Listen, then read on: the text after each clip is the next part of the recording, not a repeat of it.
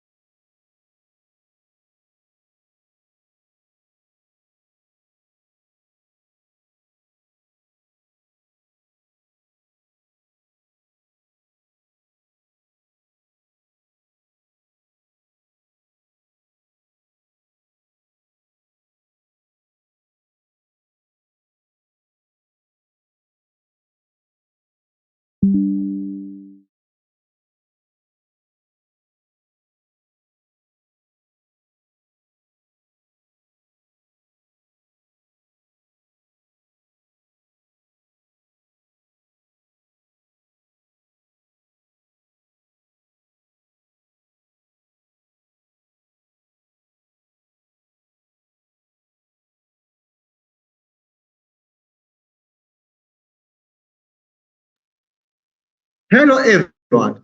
We are glad to be here with you, the best of the best project session. I hope you are all doing well. And in another words, I suggest to start. So, I want to invite on the stage the first project which was included in the tables. So, please, participants of the project Mangosteen, Creative Scientific Innovation by utilizing organic mangosteen field waste from Indonesia, to come on the stage and to share the screen to start the presentation. Thank you very much. Mangosteen from Indonesia. Please, you can open the camera, you can unmute yourself, and if it is okay to share the screen, if you have a presentation.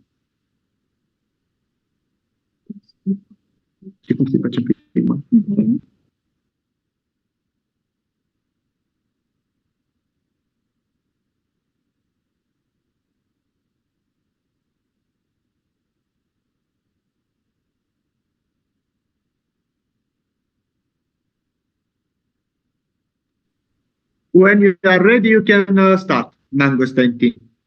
Thank you. Okay, everyone, we will start our presentation of our product, mangosteen. Everyone, did you know that mangosteen is a fruit that is favored by people in various circles around the world? Mangosteen is nicknamed the queen of fruit because, in addition to its delicious taste, this fruit also has many properties such as preventing cancer and various other diseases. Generally, mangosteen is used for consumption making herbal medicine. But aside from consumption making herbal medicine, it turns out that mangosteen can be used for various things. But one part of the mangosteen that is often underestimated is the peel. And as it turns out, mangosteen peel has a very diverse health benefit because in the peel of its fruit, there are nutrients that are good for health: vitamin C, magnesium, and fiber. In addition, mangosteen peel also has antioxidants such as xanthan that have antibacterial, anti-inflammatory, and antifungal effects. In addition to health, mangosteen can produce a purplish brown pigment that can be used as a natural dye. And batik, a traditional Indonesian art form, has become the integral part of Indonesia's culture and heritage. In fact, National Batik Day is celebrated every year on October 1st in Indonesia. Batik features a variety of motifs and designs that can vary from region to region. While batik was once exclusive to the nobles, it is now widely used and widely used in many things, such as clothing, accessories, and home decor. Now, everyone, did you know that in most traditional manufacturing, they use harmful chemicals in the dyeing process? But don't worry, we have the solution. Introducing my name is Nasha Sharira. My name is Muhammad Putra Ima. My name is Isabel Alexandra Putra.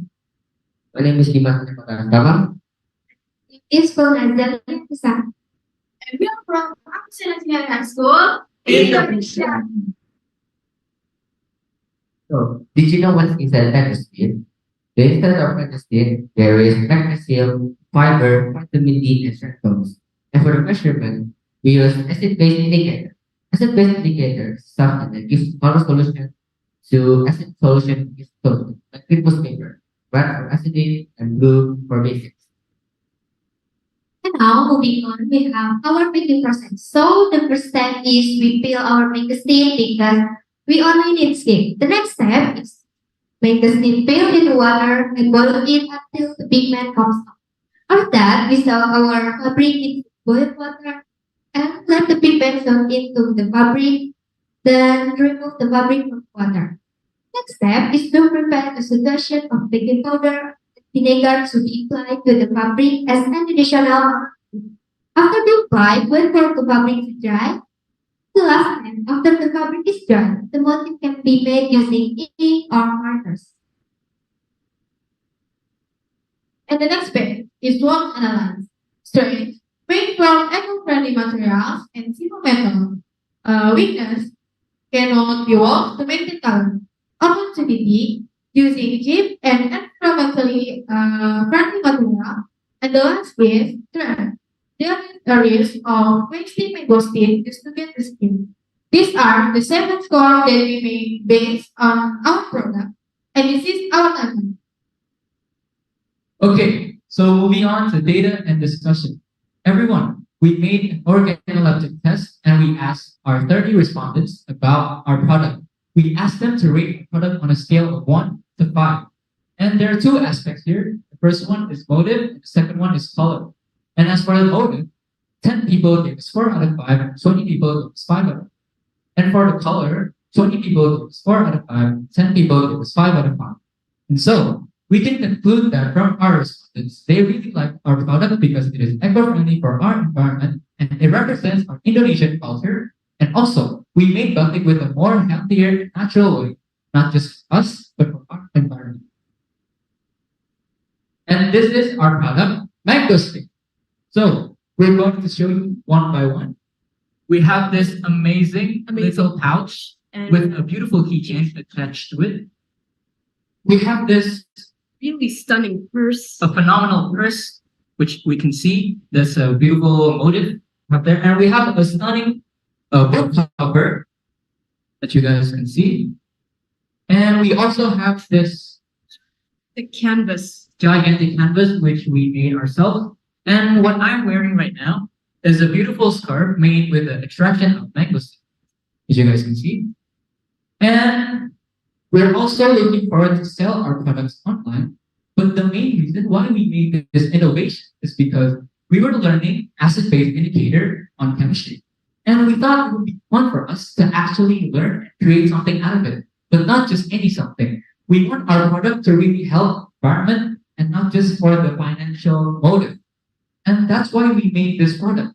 We also donated some of our products to the Cancer Foundation.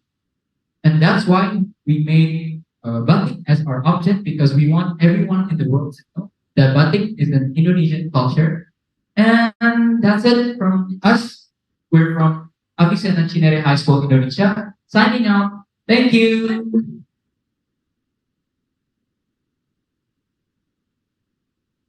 Congratulations, Mangosteen team from Indonesia. It was an amazing project.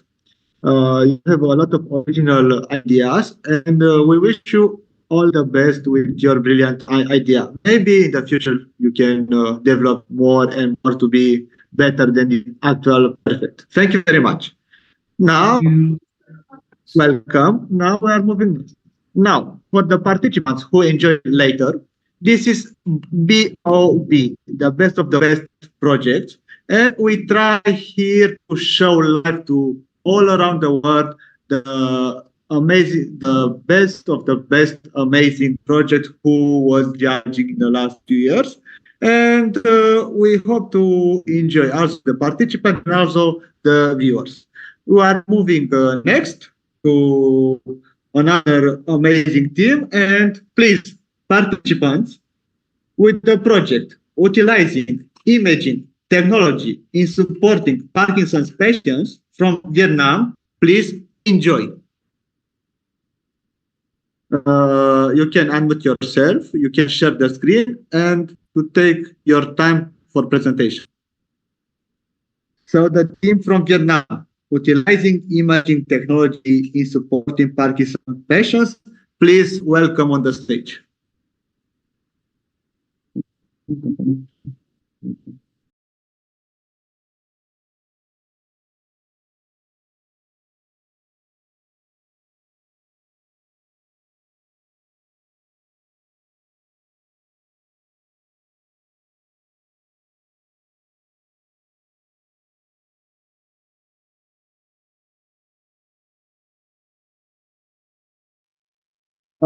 One more call for the team from Vietnam with the project title Utilizing Imaging Technology in Supporting Parkinson Patients. Please come on this virtual stage to present your amazing project. Please.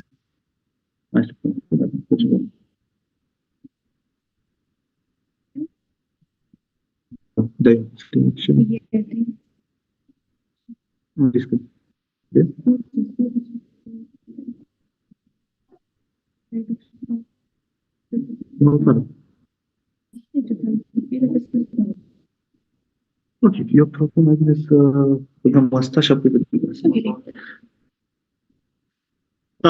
So, we are waiting later this team from Vietnam.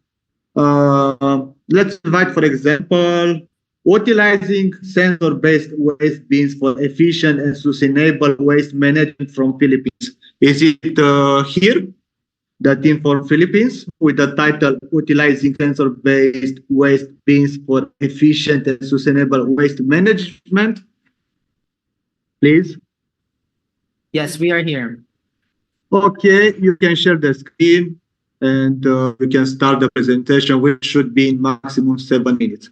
Thank you. We are glad that you accept our invitation to the best of the best project session for the first edition of I3NEW. And please, when you are ready, you can start.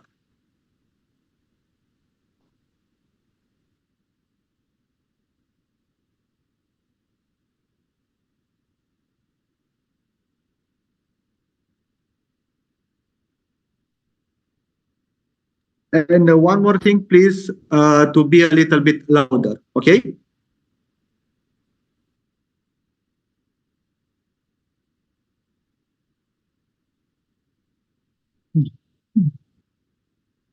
Waste management is a global challenge that continues to grow in complexity and urgency. The Philippines produces 61,000 metric tons of waste daily. And with an ever-increasing of population and urbanization, the volume of waste leads to environmental degradation and health hazards such as Infestation. And most of all, unsegregated waste. In line with this, there is a need for more waste segregation methods and practices. Good day, everyone. My name is David J. Altageg. My name is Maria Edgel Gray Pimentel. And my name is Edgar Benjamin C. Eugenio. Here to present our study, Utilizing Sensor-Based Waste Bins for Efficient and Sustainable Waste Management. Representing Sablayan National Comprehensive High School, Division of Occidental Mindoro, Region of Mimaropa, Republic of the Philippines. The significance of this study extends beyond to help the community such as Waste management personnel, local authorities, Businesses and industries. and the general community. Further, this study supports the law that provides for a comprehensive ecological solid waste management program known as the Republic Act 9003 of the Philippines, also known as the Ecological Solid Waste Management Act of 2000. Likewise, it contributes to sustainable development goals such as SDG number 11,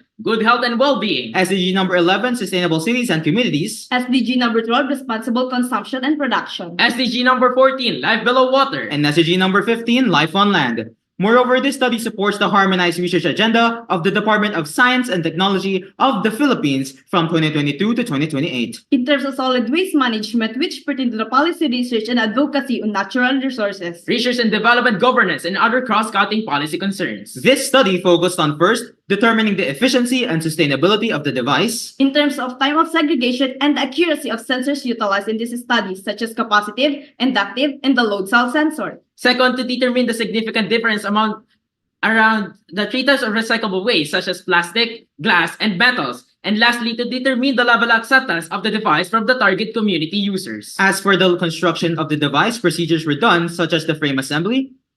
First, we had to conceptualize, plan, and design the structure and the mechanism of the device. We utilized three main sensors to segregate waste, such as capacitive for plastic, inductive for metal, and the load cell sensor for glass. I3NEW Mega 2560R3 is the microcontroller used for the various sensors and indicators of the device as seen in the circuit. As for the construction of the device again, for the frame assembly, Fabricating of metal sheets, Creation of opening of the device, front door installation, incorporation of mechanism, mounting electronic components, and assembly of circuits. To determine the efficiency of the device, different types of waste such as plastics, glass, and metals were put inside of the waste bins. For the time of segregation, the device sorted metal for 2.267 seconds, plastics for 2.371 seconds, and glass for 2.318 seconds. The results implied that the rate of sensors used in the study were efficient. To support the findings of this study, the paper of Pai et al. 2022 revealed that 86.78% and 91.82% of households in institutional waste were properly segregated using their developed device. As for the accuracy of the sensors, the capacitive sensor detected 85% correctly, the inductive sensor detected 80%, and the load cell sensor detected 90% correctly. Based on these findings, it is determined that these sensors can detect their respective categories of most waste accurately. Therefore, the data gathered from testing various sensors demonstrate the high accuracy of all sensors utilized in this study. To validate their accuracy, we employed one-way ANOVA analysis. The results indicate that the computed value is significantly lower than the critical value. As a result, we accept the null hypothesis affirming the efficiency of the device developed in this research study for waste segregation tasks. As for the level of acceptance from the target community, as for the time of segregation, it achieved a mean of 6, described as perfectly acceptable. As for the accuracy of the sensors, it achieved a mean of 5, described as acceptable from the target community. Now we will show you a short video presentation on how our device works.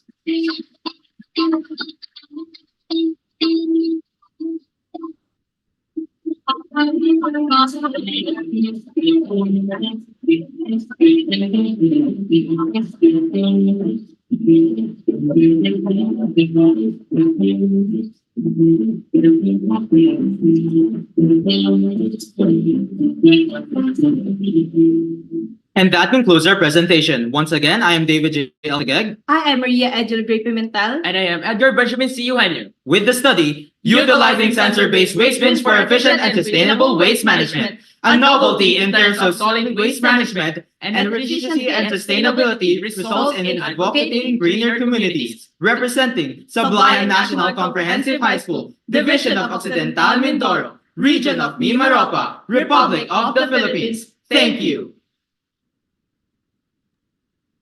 Wow, amazing.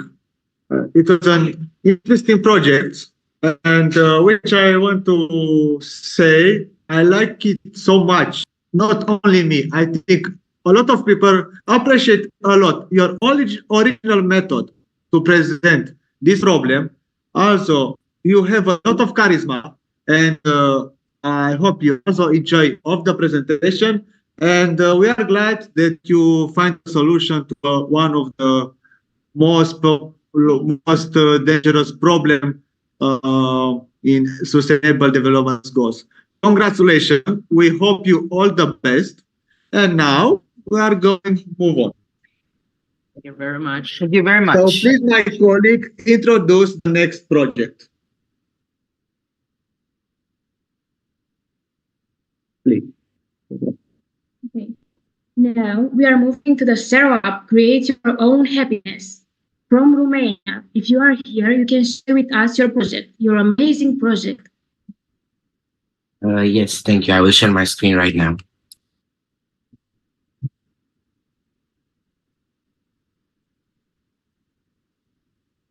Zero Up, you are here with us. Yes, we are here.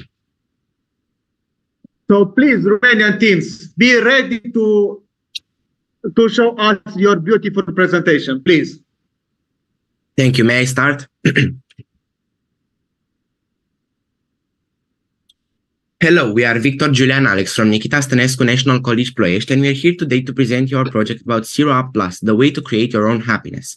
Research showed that serotonin is the binding messenger neurotransmitter of happiness that helps us deal with everyday stress. We want to create an app to help depressed people to automatically dictate the production of serotonin, because the medication has many side effects.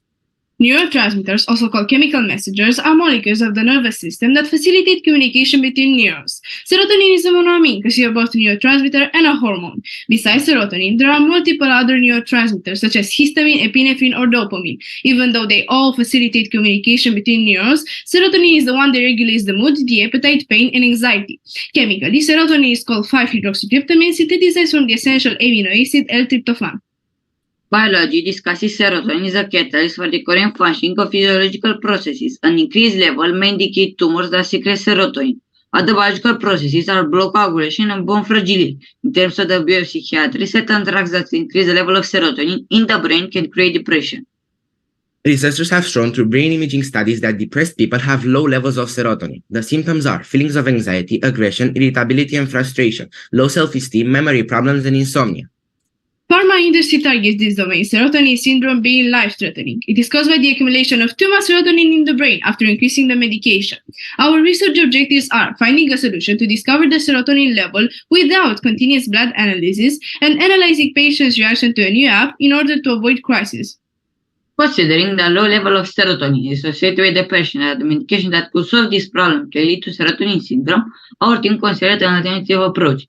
An innovative and revolutionary method to diagnose and solve the low level of serotonin is, according to our team, the Zero Plus, a combination between a medical in vitro device and a digital application. Our case study and survey prove the necessity of our solution. Mrs. T is the example of a 48-year-old woman who spent 4 years undergoing hospitalization, analysis, experimental medication, and ended up in finding that the serotonin syndrome could be worse than the low-level one. She arrived at the emergency room with fatigue, rapid heart rates, tremors, muscle rigidity. She was treated with paroxysmal fluvoxamine. During hospitalization, her results were all within normal limits. After releasing her from the hospital, all the symptoms came back and she refused to go back to square one. Because of the lack of trust in medication, she accepted to use our method, the Zero Plus website. Whenever she felt she needed help, she accessed our site to choose the best method for their situation. When she was alone at home, the solution she used the most was exercising while listening to her favorite music. She told us that once she managed to get rid of the anxious mood only after seeing old pictures with her and her family. Thus, after the feedback, we assured ourselves that Zero Plus has beneficial effects by offering continuous good mood, happy expressions, and not feeling the panic or the fatigue. In order to analyze the risk or the symptoms of anxiety, our team created and implemented a survey with 12 sections of questions on a group of subjects.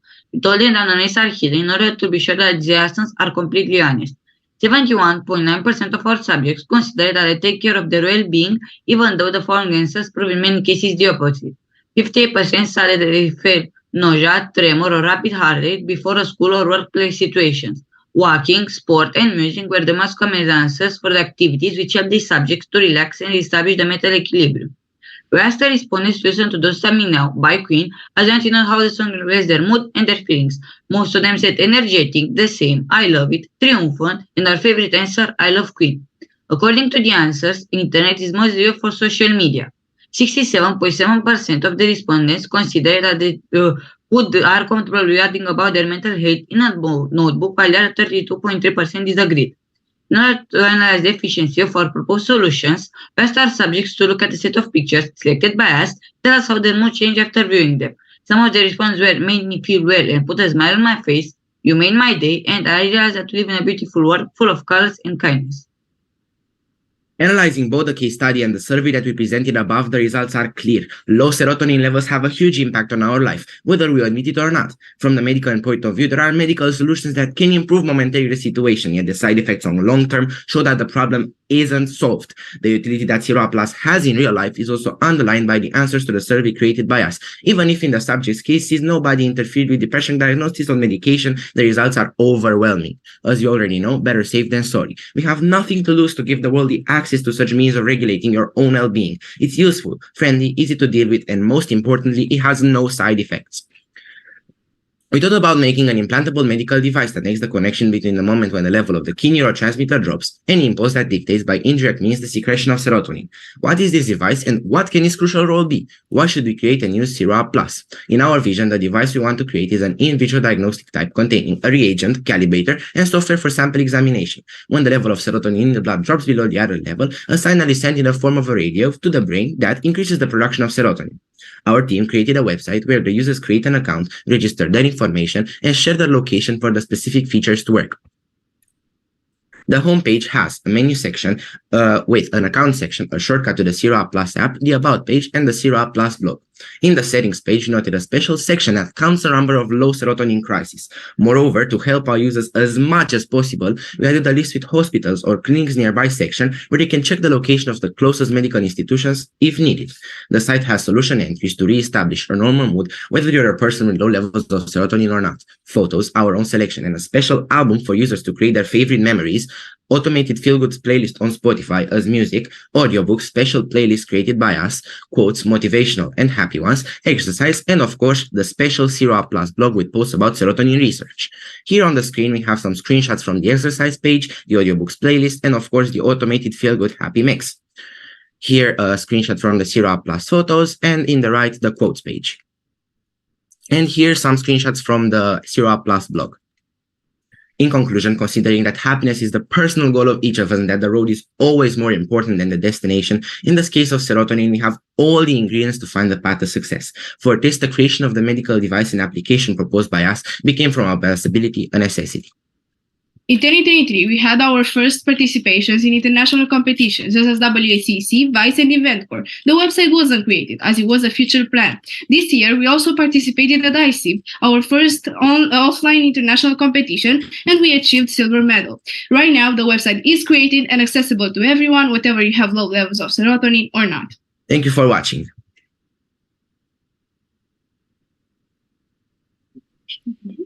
Congratulations.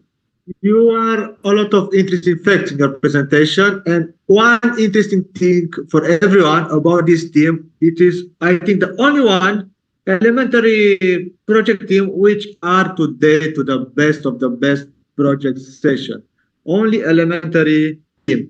Congratulations for all of your awards, and we wish you all the best in the future to have more and more and more awards, and good luck in all.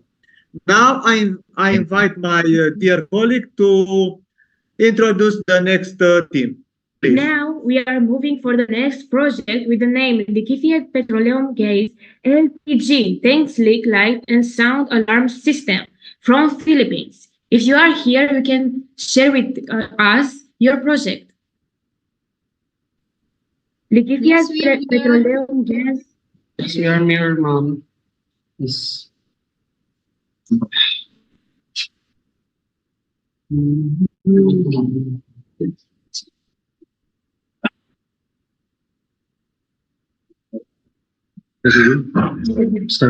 Ladies and gentlemen, esteemed and cherished panelists, now we'll be presenting our study titled Liquefied Petroleum Gas Tank Leak Light and Sound Alarm System. I am Corazon Soleta. I am Marijin Taligatos. I am Benedict Makatangay. I'm Janelle Hernandez. I am Danilo Manalo. And we are the student researchers of Abadigal National High School of Occidental Mindoro Division, Philippines. So the category of engineering category. Accidents involving LPG leakage happens around the world on an almost daily basis. Therefore, the researchers come up with the idea of this study that aims on constructing and testing the efficiency of an alarm system for LPG leakage that focus on liquefied gas tank leakage. Therefore, the main goal of this study is to construct an alarm system for liquefied petroleum gas tank leakage, specifically to determine the significant difference between the time of response and the amount of LPG leakage in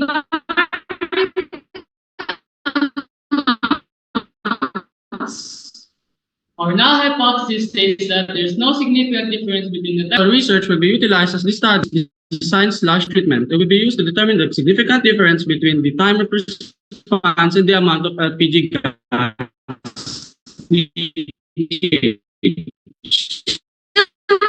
Materials featured Featured in the study are I3NEW Uno R3, which will act as the device will provide a light and sound alarm, and jumper wires as wires. As our preparation of materials, the materials featured in the study will be bought and trusted in good quality electronic shops. The device was constructed using the aforementioned materials plus Arduino IDE for coding. The first thing that the researchers did was to sketch a schematic diagram for a product. Then the researchers assembled the components following the schematic diagram. After assembling it, the researchers cut to code their product with the assistance of our co-researchers. Now, the researchers will talk about the result and discussion.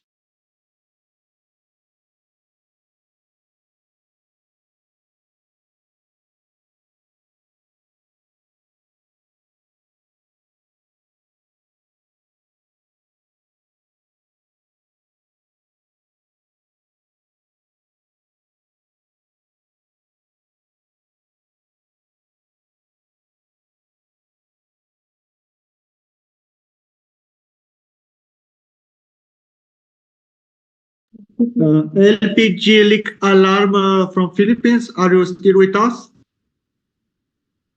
Give us a sign, please.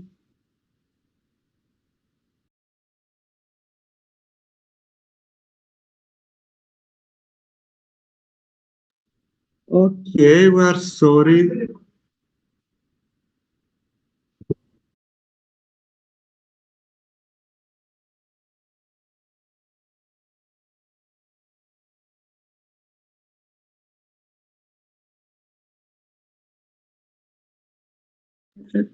Okay, until this team will try to fix the problem, we are moving on to the next amazing project. Please, my dear colleague. A beta shell utilizing of big tallow of feedstock for Khorasan production with dark shell as catalyzer from Indonesia. The stage is yours.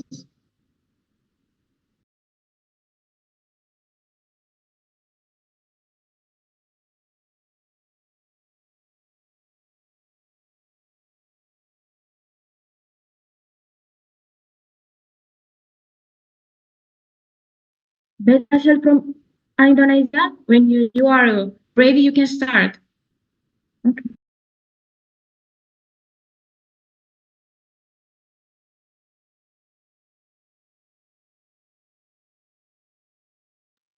Also, please unmute yourself. All right, thank you.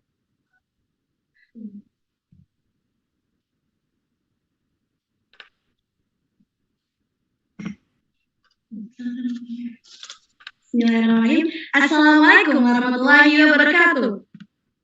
The Honorable Sumi Mariana Owana Farkas as the judges today, and thank you for the moderator who's giving me time to presenting our project today.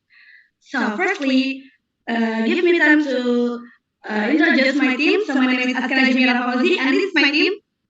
I am Aisha Nuraya Hamadani. And I am Shaukia Marwasara Achmat. I am Zahra Ain Rahimah. And I am Ariana Fazila. And we are from Transat Muhammadiyah Sagan Senior High School.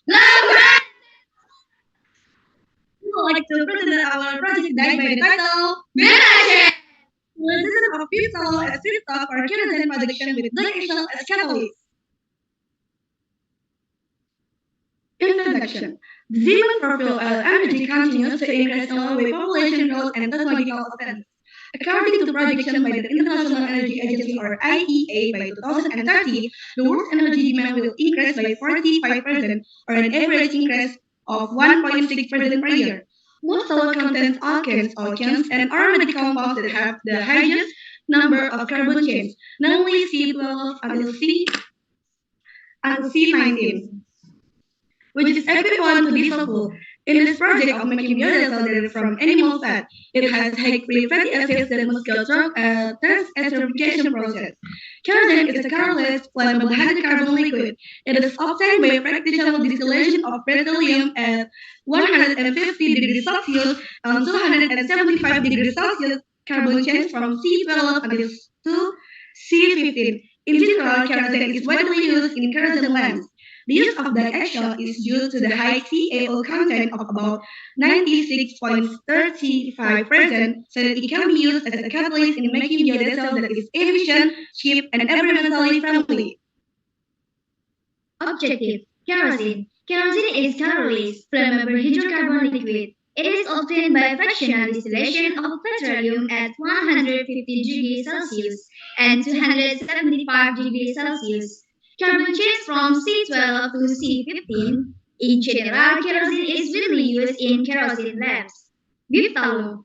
Most tallow contain alkanes, alkenes, and aromatic compounds that have the highest number of carbon chains, namely C12 until C19, which is equivalent to diesel-fold. In the process of making biodiesel derived from animal fat, it has high free fatty acid that must go through as a trans esterification process. The purpose: fund the process of processing beef tallow into kerosene, which can be used as well for fireplaces. The methods used in this research. Time and place of research. This research was conducted in June until November 2023 at the chemistry laboratory of Transas Muhammadiyah Sragen Senior High School. The type of research used in this research is descriptive quantitative, and the product testings are viscosity test, density test, water content test, acid number test, and flash point test. So, the tools and materials used in making beta shell they are 1 oven, 1 stove, 2 pieces beaker glass, 2 pieces medical mask, 3 kg beef tallow, 100 gram CaO catalyst, 250 milliliters methanol, and 100 milliliters aqueous. The step of making beta shell. First step is processing beef tallow into oil. The second step is processing eggshell into CaO catalyst. The third step is esterification process, and the last step is biodiesel purification process. Result. Characteristic tests are used to determine the quality of biodiesel. From the tests that have been carried out by researchers, the following results are obtained. The first, density test. The result obtained from the density test is 857 kg per meter cubic. The second, viscosity test. Based on the test, the viscosity value is 4.8 millimeters square per second. The third test is water content. The result obtained after testing is a moisture content of 0.03%. The fourth, acid number. In the test, the acid number was 0.28 milligram of calcium hydroxide per gram. And the last is flame test. This test found that beta shell can ignite on fire starting from 65 degrees Celsius.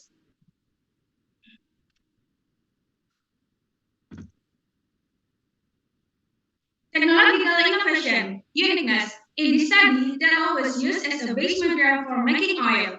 This has not often been done by the community due to the lack of knowledge about tallow processing. In addition, the use of Dutch eggshell catalyst was chosen because of the presence of CaO content, which can be an alternative to homogeneous catalyst.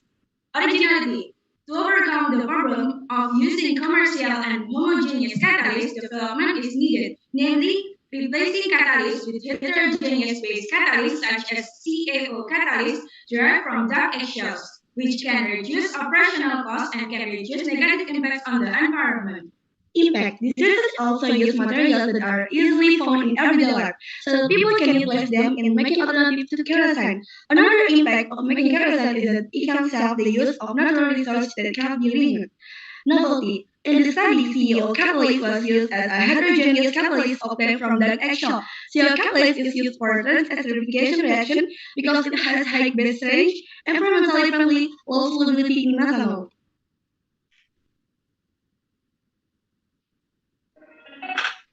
So, in this research, the resulting product has been applied in the fireplace.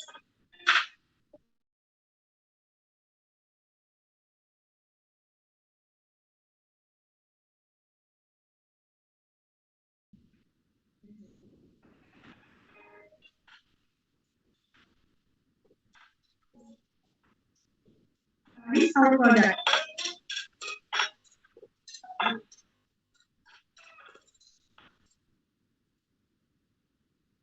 Conclusion. From product testing, it was found that beta shell has a density of 857 kilograms per meter cubic, a viscosity of 4.8 millimeters squared per second, a moisture content of 0.03%, an exit number of 0.28 milligrams of calcium hydroxide per gram, and ignites at 65 degrees Celsius, which indicates that metashell can be used as fuel for fireplaces. So I think that's enough from us. Thank you! Wow! Congratulations for your presentation. It was amazing. It was an amazing idea. Oh, So congratulations. You have a lot of originality, and we are thinking you will be a great scientist in the future. We are so proud to have you now, today, to the best of the best project session. Good luck in all. And now we are going to the next project. Please, my dear colleague. Yes, we are going for the project with the name IPv6 New Generation Calculator. IPv6, you are here? Yes, we are here. Yes. Please. Interesting, amazing team from Romania. Come join us and show us your amazing project. Please, the stage is yours, and please talk a little bit louder. Yes. Can you hear us? Yes, please, you can start. Okay. Can you also hear us? Okay, so hello to everyone. I'm David. I am Radu. And he is Octavian.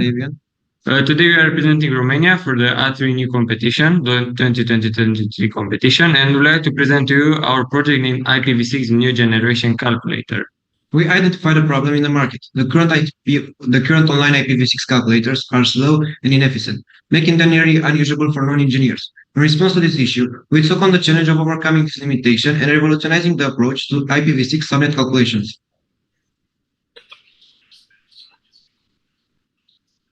Network engineers face challenges with complex computers when subnetting addresses. To solve this problem, we introduced the I3.0 IPv6 subnetting method, aiming to streamline the process and develop a user-friendly program for IPv6 subnetting. We are developing a project aimed at designing a user-friendly program to partition IPv6 addresses into smaller subnets. The objective is to produce an accessible tool that simplifies IPv6 calculations, catering to individuals without technical expertise. The project focuses on an interactive interface that balances simplicity and complexity to present results suitable for users with diverse technical knowledge.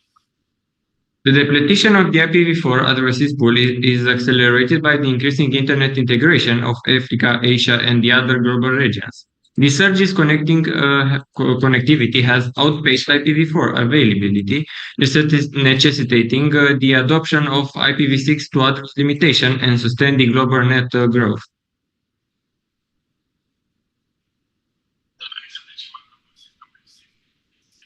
Sorry for my colleague. The hexadecimal number system with 16 digits, 0 to 9 and A to F, represents 4 bits in the combination from 0, 0, 0, 0 to 1, 1, 1, 1.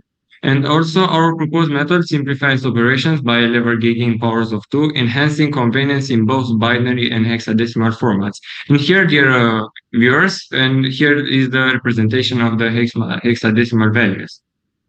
And now we plan to create a website featuring an IPv6 calculator using the 2.0 subnetting method.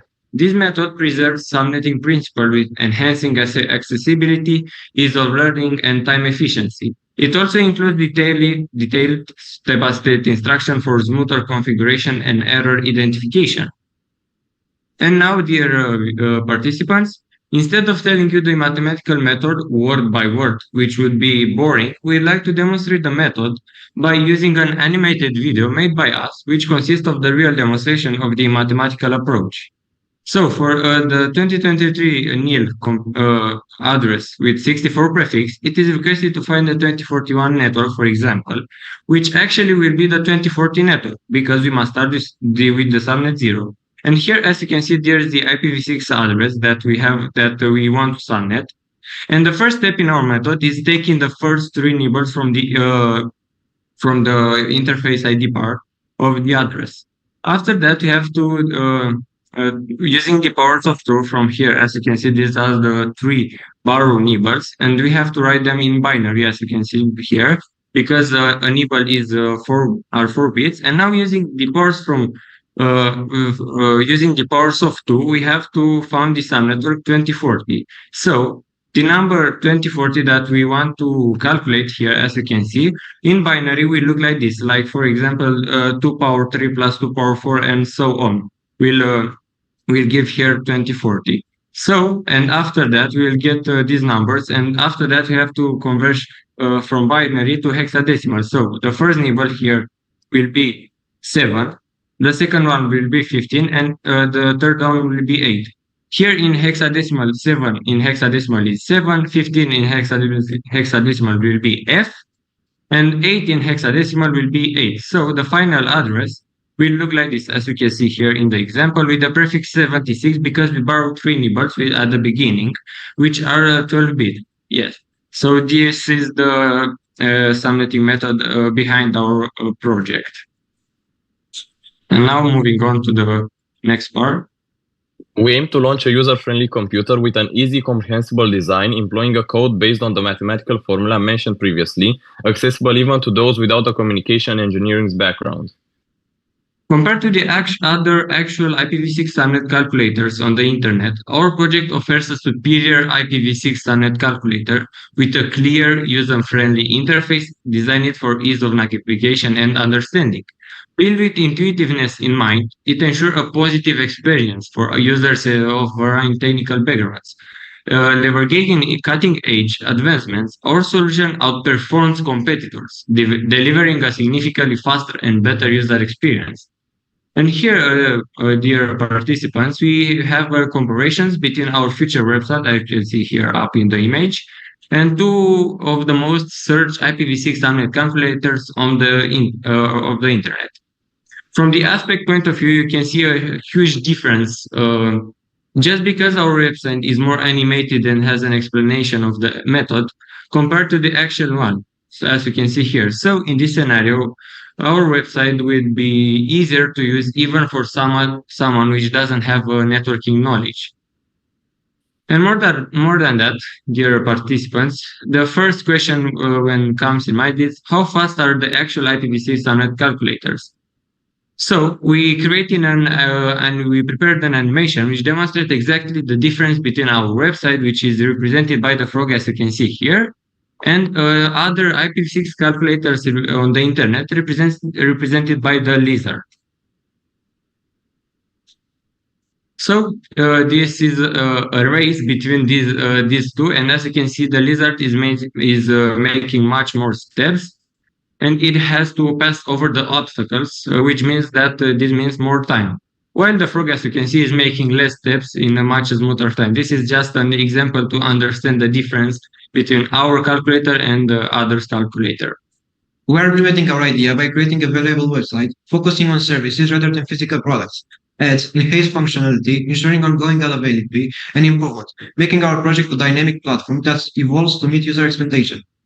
We are currently implementing several initiatives to enhance our project in the coming months. Our primary focus is engaging in diverse competitions, aiming to acquire valuable feedback that will significantly contribute to the project's progress. Furthermore, following our involvement in this competition, the subsequent advancements involve transitioning from the research phase to the practical stage, driven by a singular objective, bringing to fruition our proposal, the next generation IPv6 subnet calculator. Our strategic vision involves not only creating, but also promoting our upcoming website to a broader audience, specifically targeting individuals interested in networking and actively engaged in working with IPv6. Through focused outreach and marketing efforts, we aim to establish a digital space that addresses the specific needs and preferences of this community, providing valuable content and resources. Thank you for your attention. That was our project. And now we can stop sharing. Thank you so much for your attention. Thank you for your amazing presentation. It was a very complex project. And okay, maybe if I was, let's say, a person which only watch, we are thinking, okay, this guy are from university. You have a complex research. And I think it's amazing. No more words. But you are only from the high school. For this, a big round of applause for you and also for the others projects. And we wish you all the best to develop more and more this project, because these type of the projects are the future. Thank you very much. And please, my dear colleague, we have an announce about one team. Now, if the Philippines team with the name Liquefied Petroleum Gas LPG Tanks Leak Like and Sound Alarm System, if you are ready now, you can start your presentation again if you solve your problems. Come back like an expert, please. LPG leak alarm from Philippines, please. You can hear us?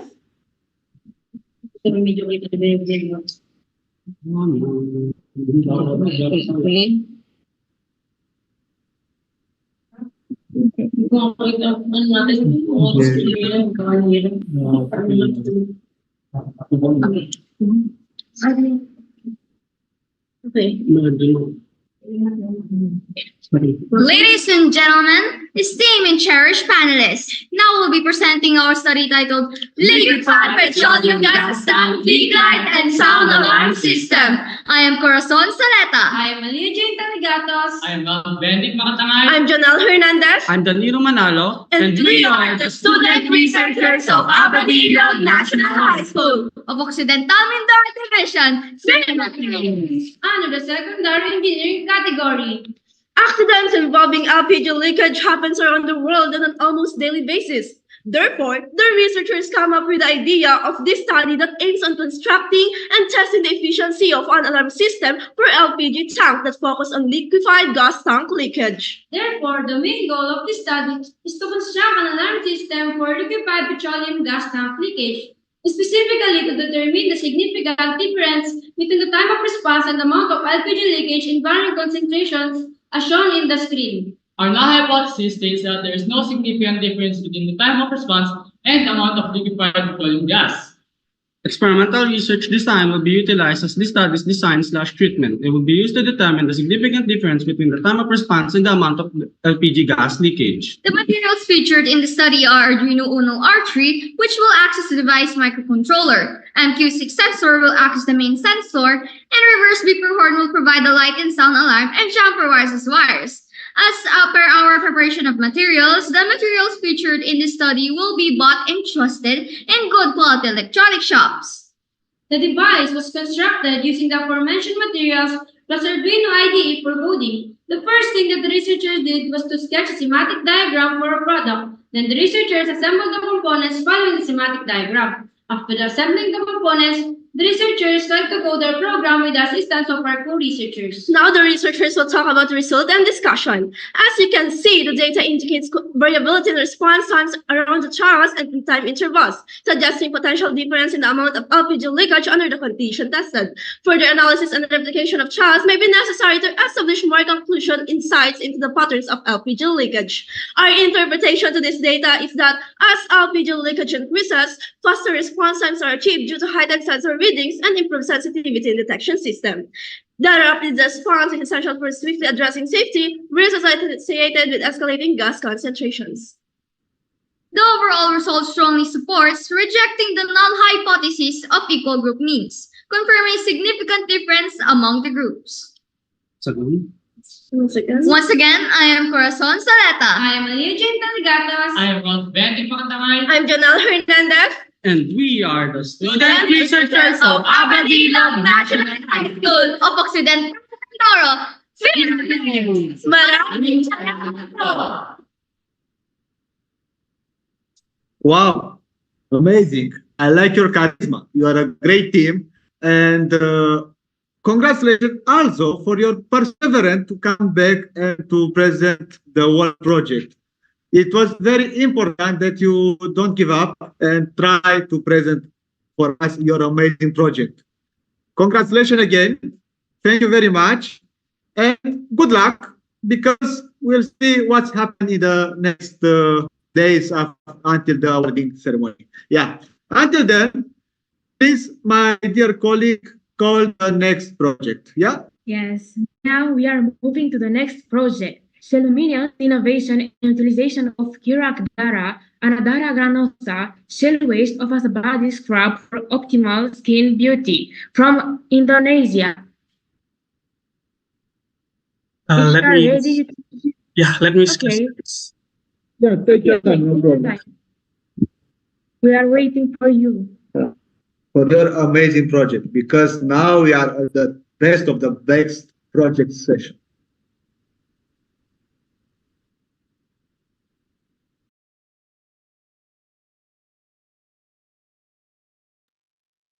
Okay, ladies and gentlemen, we are from University of Gajah Mada, Indonesia. We will present our innovation called Celluminous, an innovation and utilization of kerang dara, Anandara granulosa cell waste as a body scrub for optimal skin beauty. This innovation aims to support the achievement of the SDG Sustainable Development Goals. Ladies and gentlemen, in Indonesia, there is a significant issue relating to the production of Anandara granulosa. According to the Ministry of Maritime and Fish Affairs and Fisheries 2022, Indonesia has produced shellfish around about 19,500 of tons in the over past decade. So this phenomenon will also increase the amount of the clam shell waste. But unfortunately, for nowadays, the utilization of this waste is remain from the optimal. Only a small portion is to be used mainly in crafting and decoration. Besides, there is a recent research suggests that the clam cells contain high concentration of calcium carbonate, up to 98%. This calcium carbonate has several skin benefits and can be used in the skincare as an exfoliating agent. It contributes to the whitening and brightening your skin.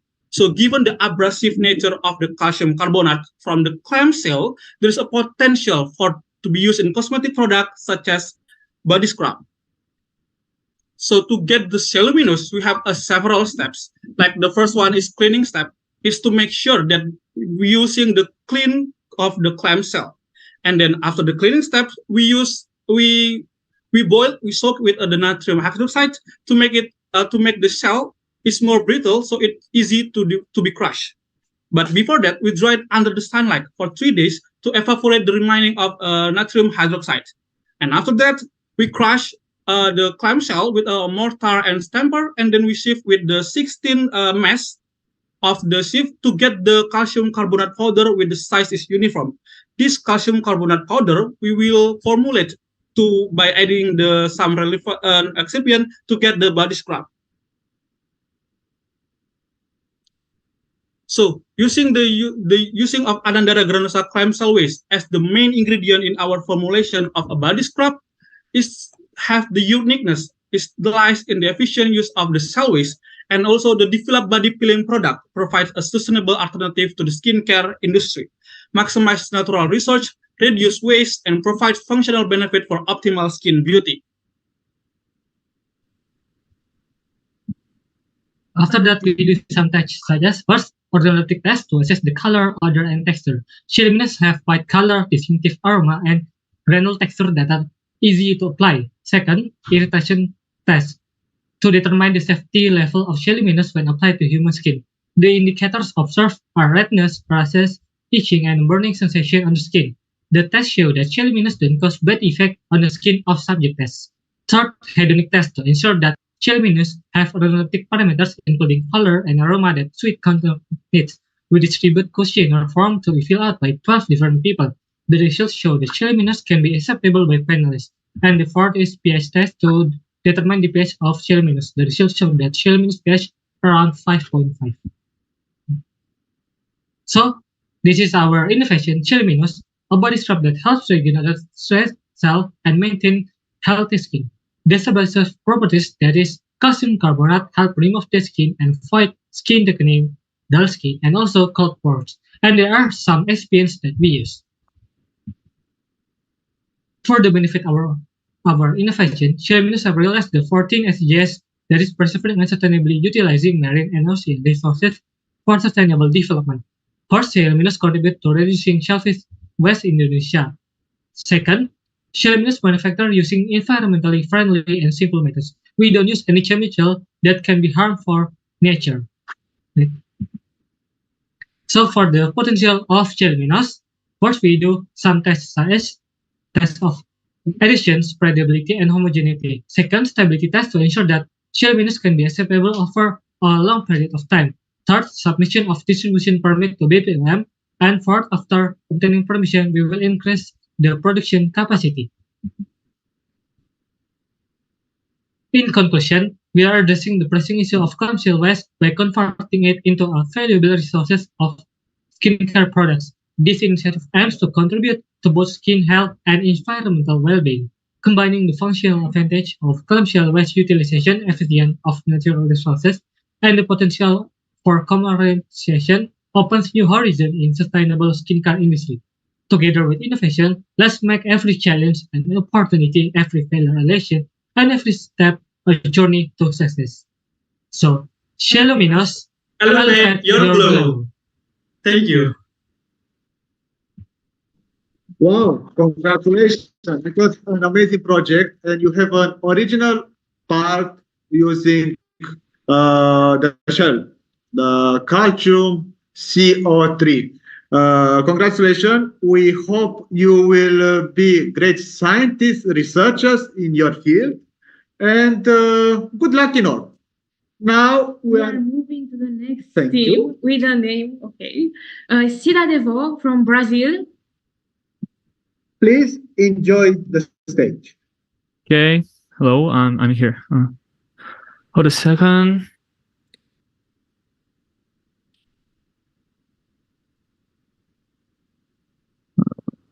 Can you see my screen? Yes, we can see. Okay, so let's start. So, ladies and gentlemen, it's a pleasure to be here. And today I'm going to introduce Cidade Voz. First, who are we? Well, my name is John. I'm 17 and I'm systems development student at the Tech de Montemor in São Paulo, Brazil. Hi, my name is Lucas. I'm 16 years old and I also study system development at the Tech de Montemor from São Paulo, Brazil. The introduction, our app is called Cidade Voz, and the main purpose of Cidade Voz is to improve the communication between citizens and their elected representatives. We have conducted tests with the application and have demonstrated its potential to enhance the communication between citizens and their elected representatives. And yeah, this tool will help build a better future for our communities. The problem, what is the problem? Unfortunately, citizens often feel discouraged and lack confidence in the representatives, which leads to a poor public administration. And this can happen for various reasons, such as geographic barriers, lack of time, or even the lack of an adequate communication channel. And that's why Cidade Voz is here to solve this problem. And you might be wondering how Cidade Voz can solve this problem. The application allows for the direct exchange messages between users, enabling the community to get in touch with their consigliers to ask questions, provide suggestions, and register complaints regarding city-related matters. So the application facilitates the posting of news and the relevant information about the consigliers' activities, the conduct of surveys to gauge public opinion on relevant issues, and the promotion of events and activities in collaboration with civil society. All of this, of course, contributes to the improvement of political representation and the communication between citizens and their elected representatives.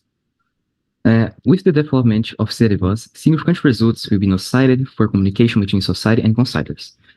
We believe that the ease of communication provided by the app will contribute to greater engagement of the population in political issues and consequently to more efficient and transparent public administration.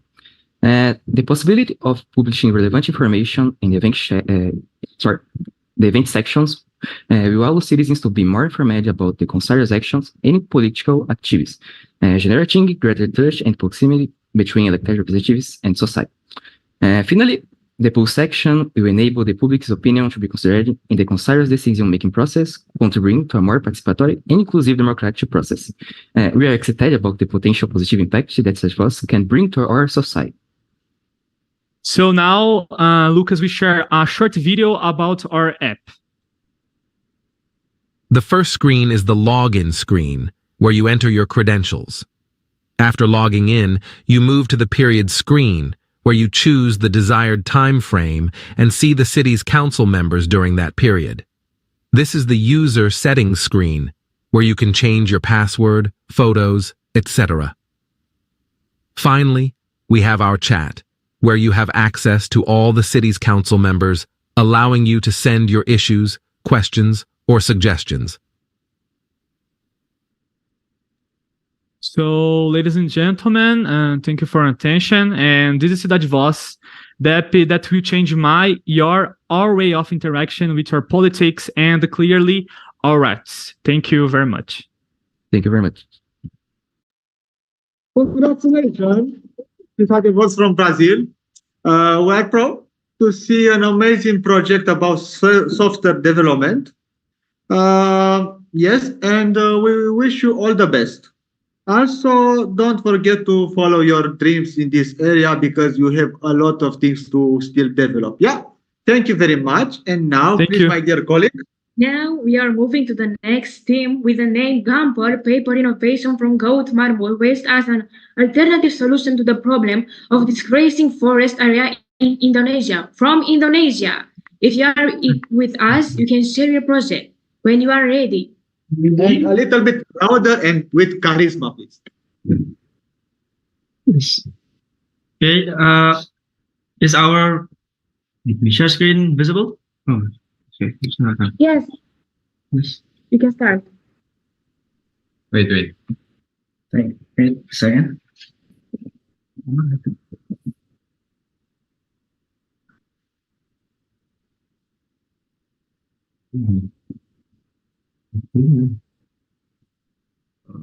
Wait.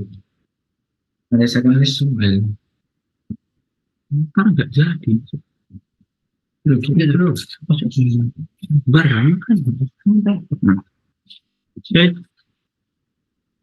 Hello and good day to the judges and friends of International Innovation and Invention New Education Worldwide 2023.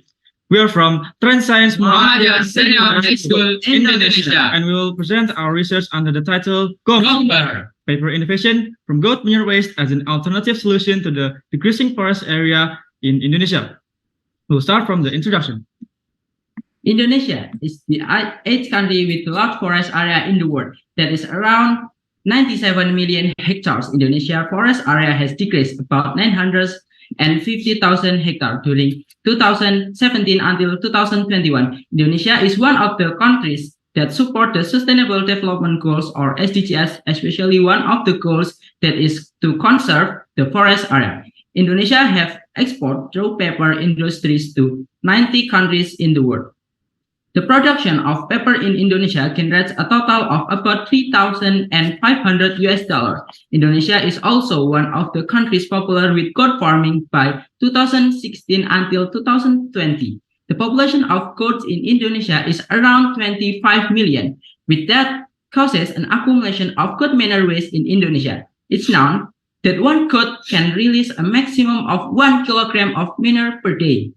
As we know, the process of making paper is to need cellulose that is contained in trees. And because of that, with the growth of the industrial paper, many of the forest area will decrease rapidly. It is not in accordance with one of the SDGs goals is protecting and sustaining the forest areas. Indonesia has a problem that is an accumulation of goat manure waste. It is researched that goat manure is something that contains a high level of cellulose. So we came with an innovative idea of making paper made from goat manure waste as an alternative solution to the problem of decreasing forest area in Indonesia with the name Gomber.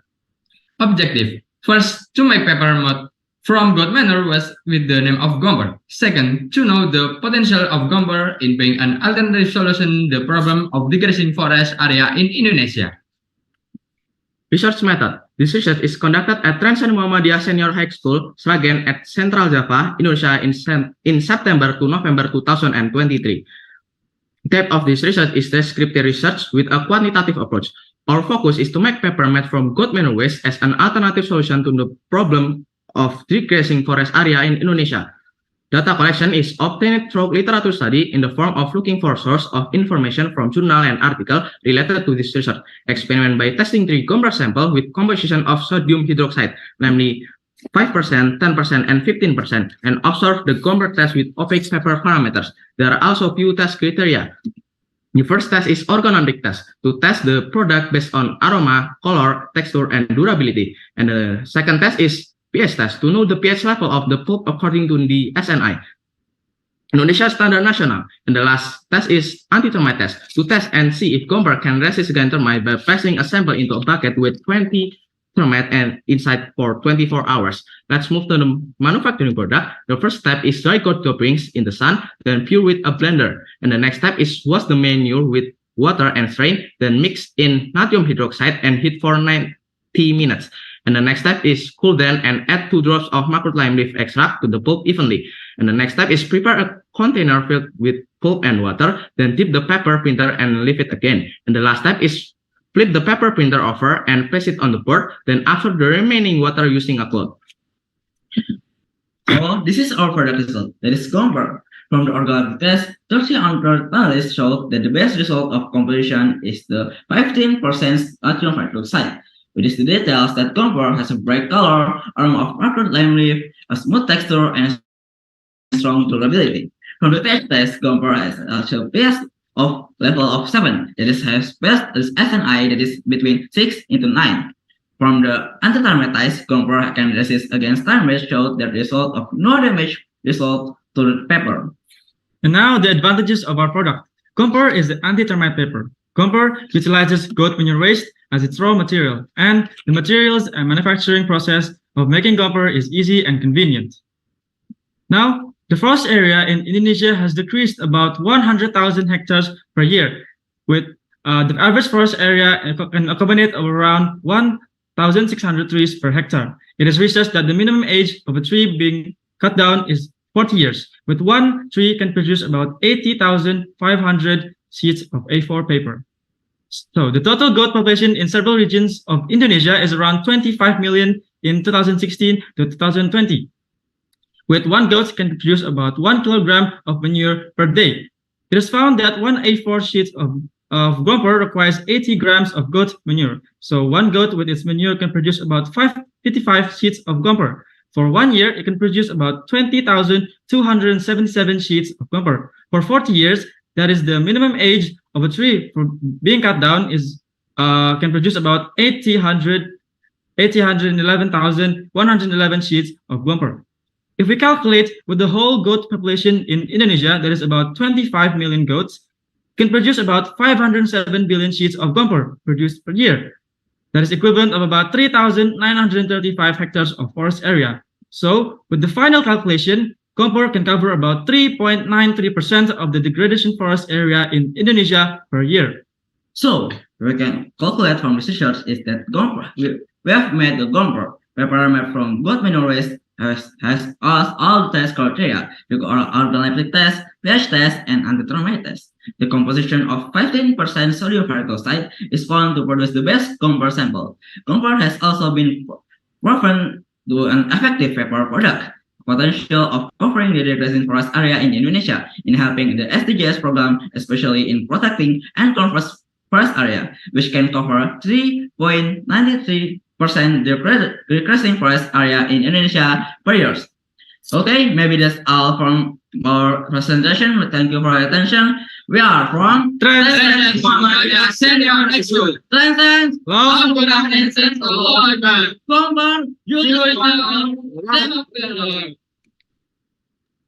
Congratulations, guys, on making project, and congratulations for your original way about how to resolve one SDG goal. A lot of SDG goals, let's say, and we are so proud to have you and also your magnific, interesting project to the best of the best session. Wish you all the best. You are amazing, and you can develop more and more. You can change the world. Good luck for you. And now, please, my dear colleague. Now we are moving again to the next theme with the name Study the Difference Between Group Decision and Individual Decision Test by Zero Price Effect from Taiwan. Okay. I'll share my screen please, now. Talk a little bit louder, please. Okay, no problem. Okay. Can you hear me now? Yes. Yes. Okay, no problem with that. So I will start my presentation very fast. Just Okay, so hello everyone, my name is Yui and I'm from Taiwan. My project title is Study of Differences Between Group Decision and Individual Decision Test by Zero Price Effect. And I'm from NTHU, which is National Tsinghua University, and this is on the career graph, which is social science. Okay, so what is zero prices effect? Zero prices effect means zero prices is very special in human's heart, and it was proposed by Denary in 2007, and we assuming that it's caused because certainty effect, loss elevation, and endowment effect. And as we can see that this effect is talking about if there is something zero, we will think that things is very, very great, or really wanted to take it because it is free, and it will make us to make some mistakes sometimes. So my goal is to verify the existence and the strength of zero price effect, and to test the zero price effect in different consumer goods and groups to find the limit of the zero price effect and the reason of it failed or found. And also we will want to know that when we put it in a different decision way, which is group decision and individual decision, what differences and what change it will be happen. And this is a method. We have two pricing case. We have pricing case 1 and pricing case 2, and we have two goods. And for goods A is the high level but high price, and for goods A is low level but also low price. And in pricing case 1, the goods A will be $A, goods B will be $B, and in pricing case 2, the goods A will be $A minus $B, and the goods B will be $B minus $B, and it means 0. And we will asking the tester to choose one of the goods in case 1 and case 2, and then we can know that if the zero price effect is work or not. And our analysis step, which is we have the protest to test the demand of this country, this condition, or of this group. And then we will design the spectrum, and we will do the experiment, and then we'll analysis the result with our demand spectrum, and we'll compare the particular goods in countries, and we'll use Wilcoxon test, Wilcoxon sided rank test to test the zero price effect is work or not. And this is our experiment design. For the group of subject, we have gender, age, social economy status, and area, education level, and their job. And for a type of goods, we have consumer goods, labor service, and durable goods, non-durable goods, luxury goods, necessity goods, and capital goods. And for a and we have the spectrum like that. Test the result. We test the zero price effect in 3 countries, which is Taiwan, Brazil, and South Africa.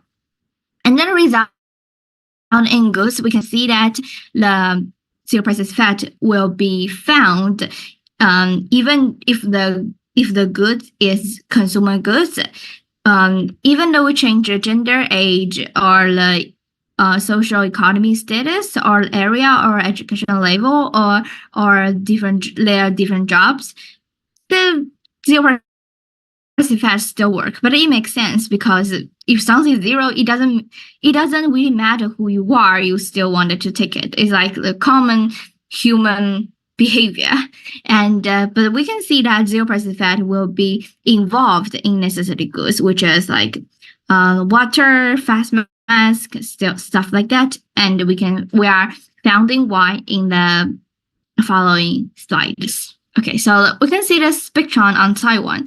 The face mask, electricity, and water, the zero price effect won't be work because when we tested, it was in 2022. So in that case, this face mask still very important for human. So we will still face it as a necessity goods. Okay, but for South Korea, we can see that for them, face mask is not a big deal. The only important things is electricity and water, and for Brazil is the same. So if we compare in the different countries for fast mask and water, the zero price effect will work in Brazil and South Africa because fast mask is not necessary for them.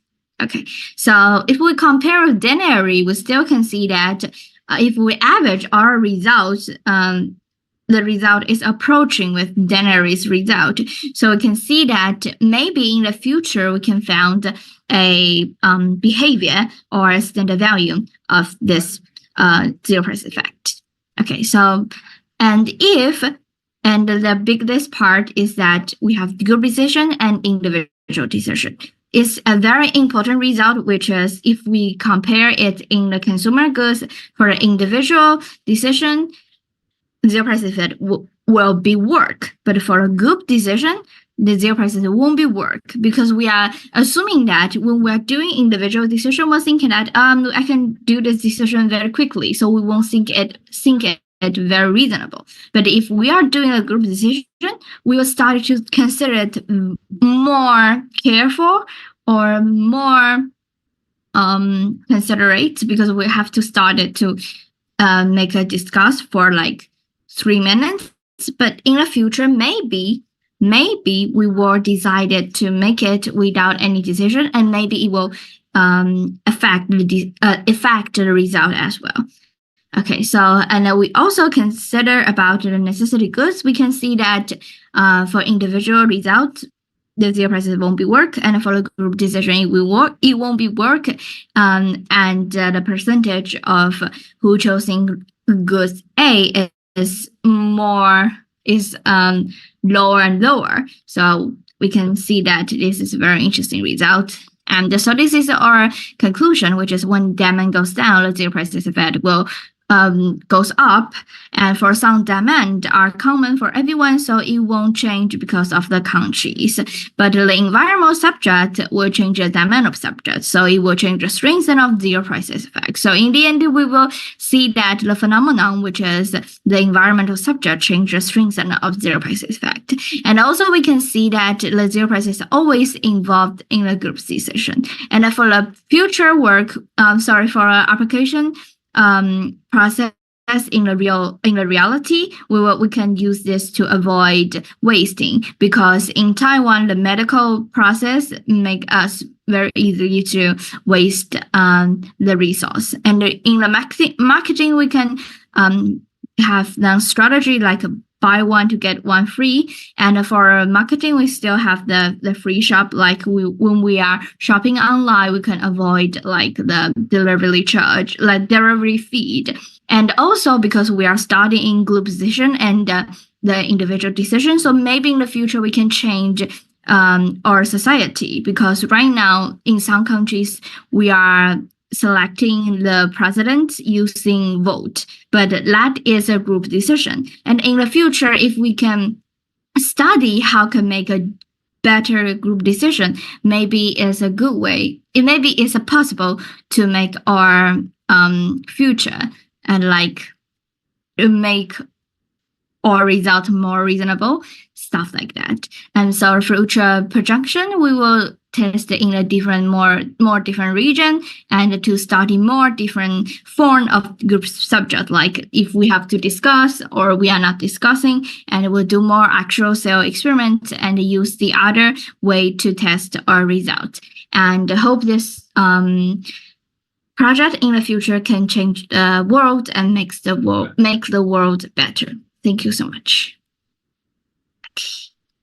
Congratulations. Thank you. Amazing project with a lot of researching in the social science field, which it is amazing. And we wish you all the best. Also, if my dear colleague want to add something about this amazing project, please, Elisa, say something. Yes, you have an amazing presentation with an amazing idea, and we are so glad that we can hear it. And congratulations for everything, for your work and for everything. Congratulations. Thank you so much. It's been research. Congratulations. And now, okay. Thank you so much. Thank you also. Now we are moving to the next team with the name Python Automation for a Network Structure from Romania. Yes, Great. hello. Now Can you hear us? please. Yes, the stage is yours. Please. Okay, thank you.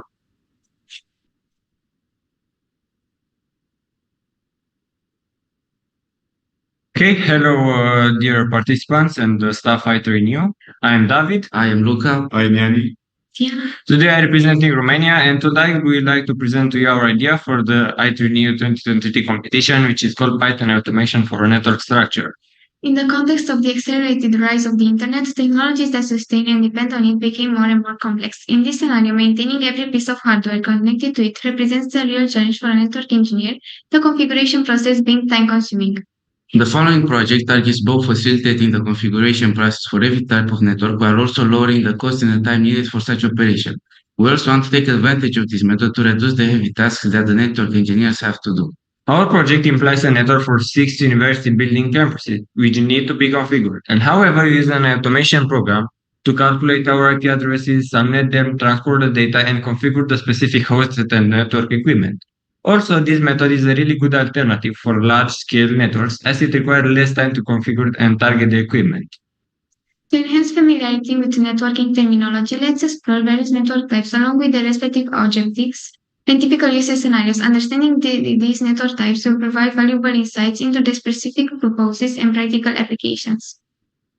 For a proper explanation of our idea, we prepared the topology of the 6 campuses as well as a Python program and virtual robot. The idea behind this concept is represented by the connection of these elements, the coding language being used for calculating the subnet ranges and IP addresses, the data being transferred to the virtual robot, which automatically configures the devices and the interface of the routers in a network simulator called Packet Tracer. The Python calculus program represents the computing power behind our project. It analyzes the input, which consists of the network address, subnetting it and specifying the addresses for every device, exporting it to an Excel sheet. The virtual robot is used as a substitution for the human engineer, transferring the data from the Excel sheet to the configuration panel of every packet tracer device, assigning the addresses and the LAN's router interfaces. In the end, every network device will be configured with its corresponding IP address, being able to reach other devices from the other campuses. The connection can be tested using a ping command. Furthermore, we've introduced an enhancement, the use of the enable secret command in the router's command line. This feature boosts security by employing an irreversible cryptographic method to store the enable secret password. This extra layer of encryption is particularly advantageous when transmitting the password over the network. The SSH creates a secure and encrypted connection between two computers of an insecure network like the internet. It offers robust authentication methods, including public key-based authentication, and encrypts all data transferred for increased security. Okay, so here we have the demonstration of the ping command where a packet is sent from the campus 1 to the campus 2, and the second demonstration where a packet is transferred from the campus 1, as you can see in this animation, from the to the main building, and furthermore from the main building to the IPS provider, which is the internet actually. Here you can see two photos with our two biggest parts of the project. In the left there is the Python program code, and in the right there is topology presented above with the 6 campuses. And now, hello dear participants, in order to demonstrate the applicability of the project in real life, we made a case study in which we included 2 comparisons. One being the topology presented above with 32 devices, and the other being a small enterprise network with only 100 devices. On the left of the image, you can see the times in which a network engineer configured the 2 networks, considering that it takes about 2 minutes for a device, which means that the first network is configured in 64 minutes and the second one in 200 minutes.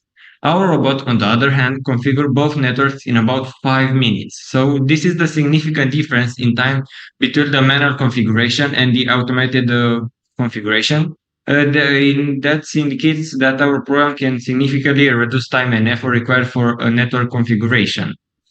We plan to launch a user-friendly network configuration program with a free trial, comprehensive tutorials, and reliable customer support. Through online marketing, partnerships, and vocational outreach, we aim to reach a broader audience. This particular automation method ensures efficiency and cost-effectiveness by eliminating the need for manual configuration.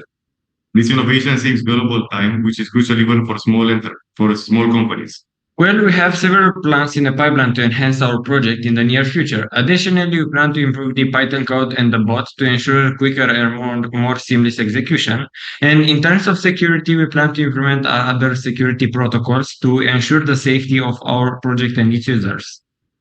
And moving to the final part, our team participated this year in 6 prestigious competitions, ICER and IFEST, where we presented the theoretical concept of our innovative program and obtained 2 silver medals in the engineering category and 4 gold medals accompanied by the semi-grand award at WACEC, InventCore, WISE, and ICER. Okay, now we are moving to the practical part of our project. This is the first part, the Python subnet calculator and the code itself. As you can see here, that's the only input that the network engineer has to make to put the IP address ranges to the number of subnetworks and the number of devices per subnet. And after putting for all the 6 campuses, as you can see here, we have to start the virtual robot, which is called UiPath. And now he will take the data from the Excel sheet created by the Python code, and now he will start configuring in the command line of every packet tracer device here. As you can see, he will start with a router, and here he will put, as you can see here, the SSH and the enable secret command, which add 2 security layers of the network for the network. And as you can see, it's an instant movement, so that's why it's faster, and also it's cheaper than the traditional method, because for a traditional method you of course you have to hire people. So we came as a service, for example, and we just put this program in the network that we have to configure. So as you can see, there's more, it's faster. So here is doing for all the 6 university campuses. And the final part, the ping command, where we test the network if it works properly. So for example, we send a packet from laptop 4 to laptop 1, from campus 1 to campus 6. And as you can see here, it's successful. So thank you for your attention. That was our project, and it was a pleasure to present you our idea. Congratulations. Amazing project. Also, congratulations for your all amazing awards. And we are glad to have you and also all of this project here, because we are not talking about the problems in present. You are also trying to find solution for problems which will evolve in the future. And we are glad here to assist to the future solutions. Congratulations again, dear team from Romania, to be here to the best of the best project session. And now we are going. Thank you so much. Thank you. Session. Congratulations again. Please, my dear colleague. The next presentation have the name Cigarette and E-cigarette smoke detector with alert system from Philippines. You are ready to present your project? Yes. You can share the screen. And you have a little problem with your visibility on camera. You can get out the background. You can remove the normal, you can remove the background. Can you see us? Not yet. Remove the background, please. Have only the normal camera.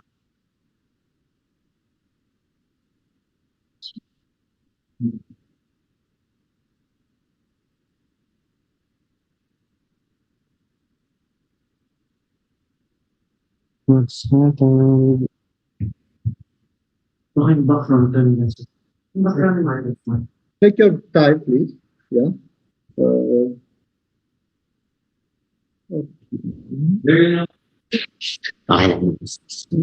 Yeah. It's perfect now. It's perfect. Also, if you have a presentation, you can share the screen. Yeah. Are we audible? Can you hear us? Yes, you are audible. Yeah. Please talk a little bit louder. Louder, please. And you can start. Yeah, sure. Globally,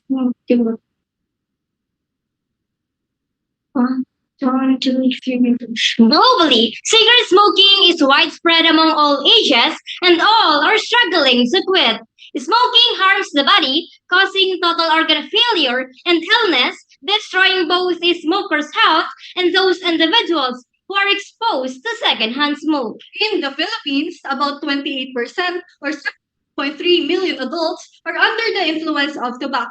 It is revealed through a survey conducted in 2022 at Sablayan National Comprehensive High School among senior high school students that about 11% are actively using cigarettes and about 3% smoke inside the school premises, causing an adverse effect in promoting a smoke-free environment. Despite the fact that security personnel are supposed to monitor the establishments against any smoking activities, some enclosed unnoticeable and hidden spaces such as bathroom, vacant rooms, and others are still occupied by students who are illegally smoking. Thus, due to the increasing rate of students smoking inside the school campus, an extremely negative effect of smoking to both human and environmental health, this study aims to alleviate both cigarette and e-cigarette smoking inside the school premises. Good day, everyone! I am Eliana Michariliano, Heidi Panaga, Justine Viloria, Angela Salazar Ladra, and Hurley J. Mendod from Sablayan National Comprehensive High School, Division of Occidental Mindoro, Region of Mimaropa, Republic of the Philippines. Here to present our study, Cigarette and E-cigarette Smoke Detector with Alert System. In accordance with the Section 5 of the Republic Act Number 9211, also known as the Tobacco Regulation Act of 2003, smoking shall be banned in the following public places: schools, colleges, universities, and other recreational facilities for persons under 18 years old. The main goal of this study is to provide a portable, rechargeable, and efficient cigarette and e-cigarette smoke detector with alert system.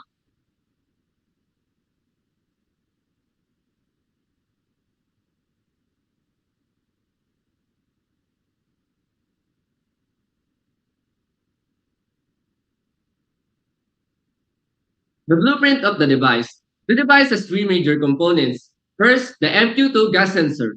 It can detect certain chemical that is produced by a cigarette and e-cigarette, which is the methane. Second, the alarm system. It consists of three different colors of LED lights that will represent the detection. Green for the first, orange for the second, and red for the last detection. This has 30 minutes interval. Once the sensor is conditionally covered by objects to halt its function, a blue LED light indicator will automatically turn on, and after 2 seconds, the device will also automatically activate its alarm. The beep sound will continue to be audible if the device is forcibly removed, but it will ultimately stop once it is returned. Additionally, the sound produced by the buzzer can be heard within 20 meters despite of the physical noises around it. Lastly, the battery. The device is 3.7 volts with 1800 milliampere per hour. It sustains life for different detections and serve as the energy keeper of the device. Experimental research was conducted to determine the efficiency of cigarette and e-cigarette smoke detector with alert system in terms of its maximum range. Within the short video presentation that we prepared, the process and the objectives of how the device is operated and its functions are shown.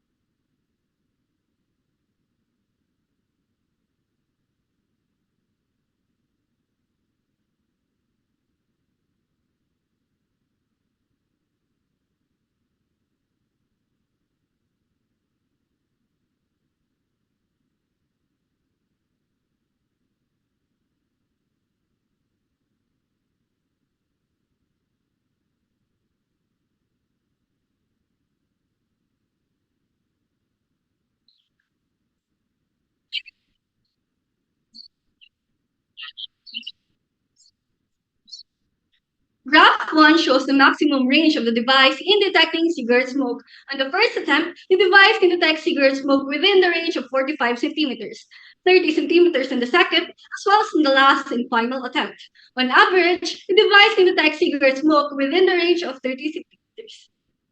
Graph 2 shows the maximum range of the device in detecting e-cigarette smoke. On the first attempt, the device can detect e-cigarette smoke within the range of 30 centimeters, 15 centimeters on the second, as well as on the last and final attempt.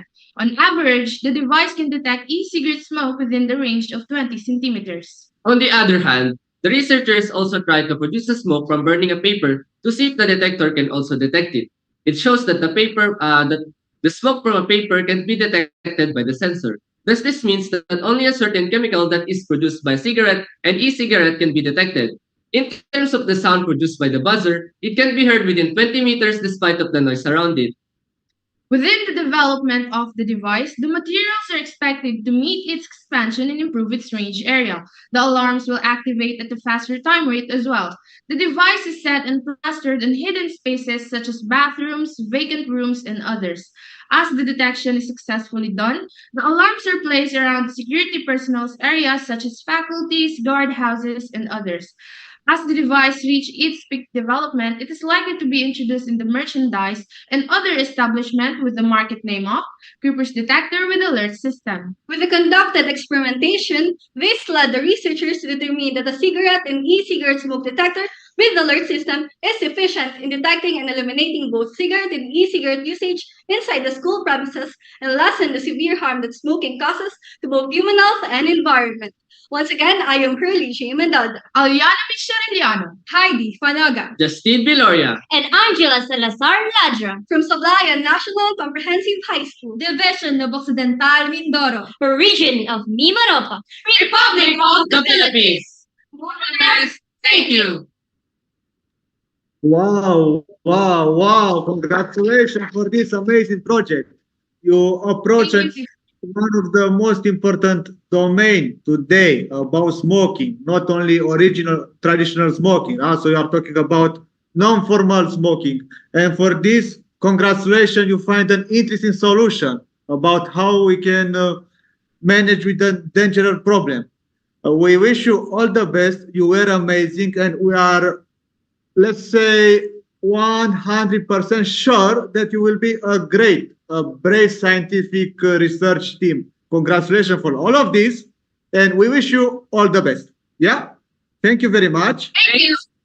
So, my dear colleagues. Now we are moving to the next team with the name VESL, Vehicle Emission Solution, a gas purification system with the application of silver nanocathodic convert of modifier carbon capture, straight specialized, the Ford truck from Indonesia. The stage is yours, please. Greetings, judges and respect viewers. Before we begin, allow us to introduce ourselves. We are QTech from the University of Indonesia. Today we will be presenting our project called Vessel.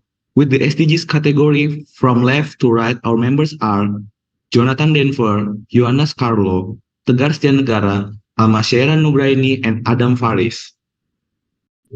First, we would like to explain the background of this project. As of 2022, carbon emissions globally are starting to reach 37.5 billion metric tons. To prevent severe climate change, the world must limit emissions under 1 trillion metric tons by 2050. With this in mind, the world must act now if we want to have a chance to achieve the green healthy world for everyone.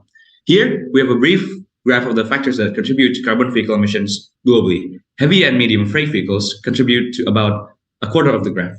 In 2022, automobile exhaust system accounted for the largest amount of palladium worldwide, so around 82% of the global usage of palladium worldwide. Palladium's high price is caused by its scarcity and overall demand. With this in mind, Vessel proposes a more economical and sustainable substitute. Next. SDG 0.7 aims to universalize access to affordable and clean energy by 2030, while significantly increasing efficiency and sources of renewable energy. SDG 0.13 cover actions such as solving problems regarding climate change, including spreading awareness and education on preventative and mitigation on climate change. With Vessel, we are proposing a system that can improve on current methods of emission reduction. One of said methods is carbon storage. Carbon capture and storage, or CCS, is a way to capture carbon dioxide and contain it, but most systems are made for industrial usage. Another method is traditional catalytic converters. They are a way of converting harmful gases from vehicle emissions to less harmful gases, but it can be rather expensive due to the palladium. To tackle these problems, Vessel combines the function of a catalytic converter and a CCS system as a mean of emission reduction on trucks.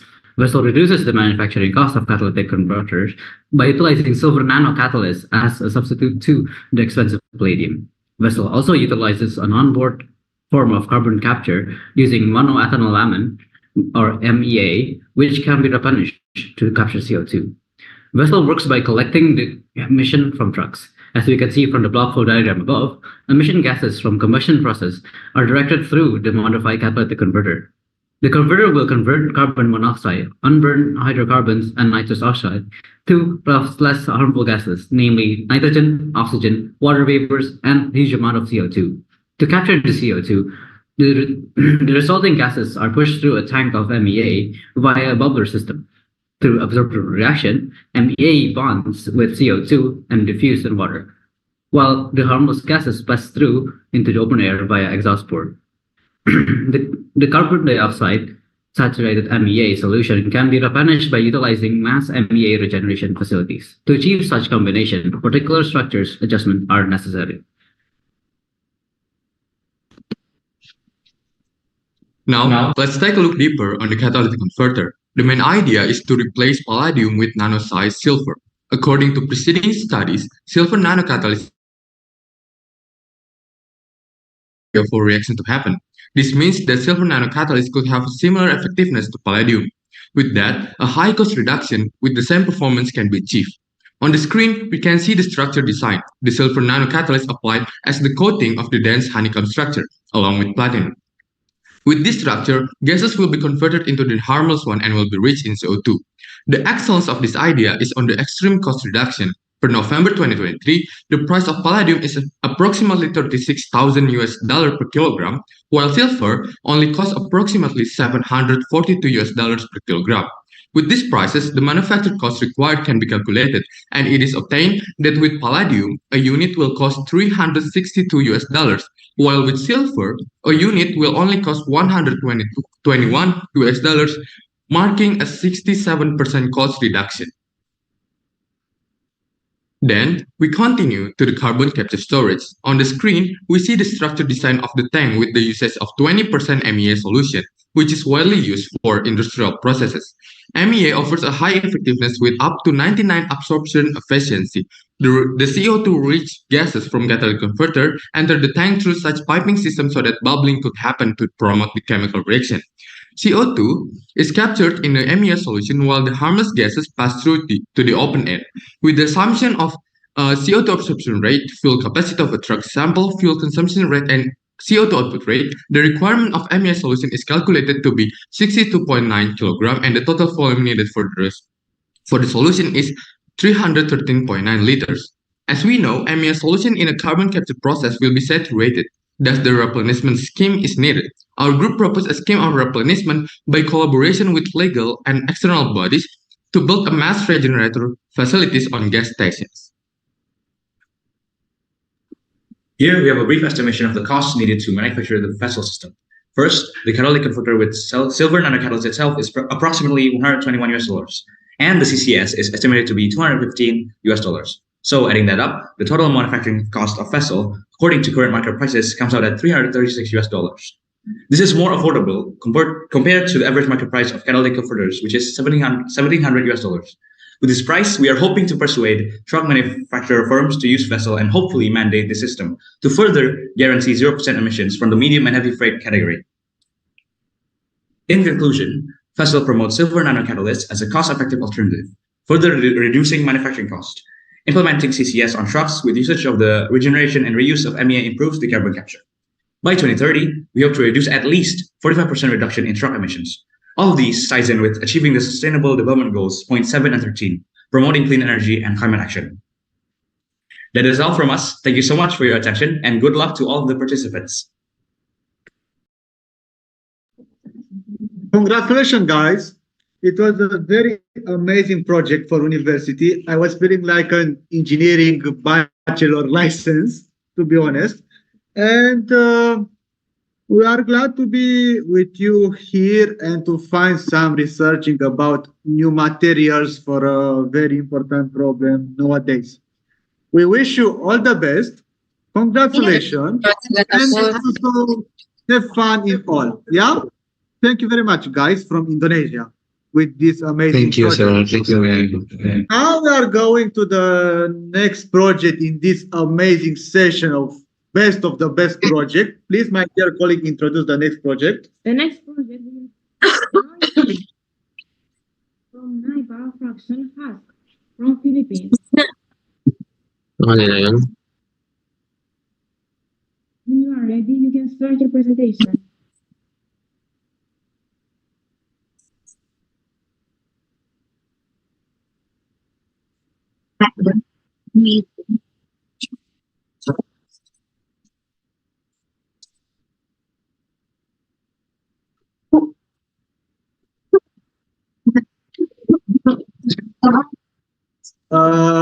You have a little problem with your vocal.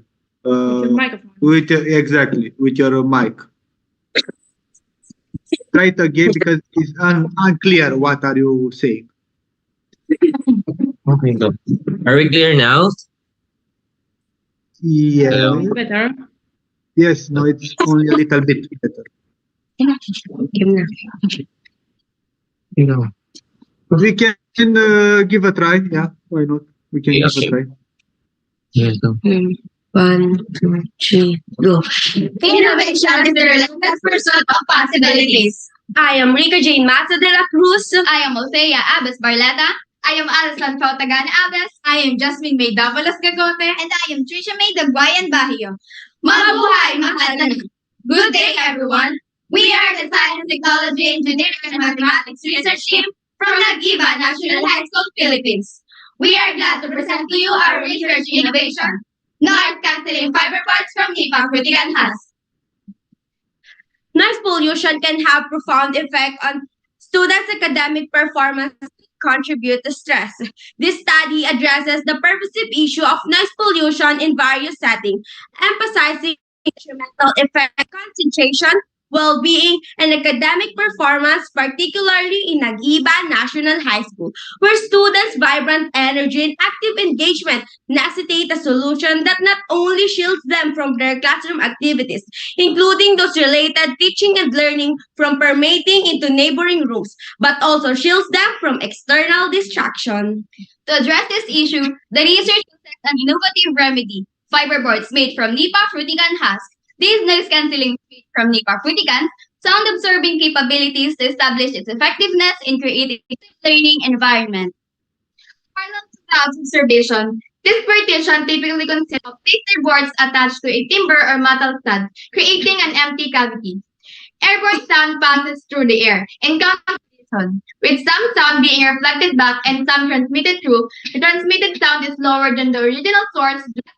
The research aims for a transformative shift towards sustainable construction practices, offering a promising avenue for quieter and more eco-conscious environments.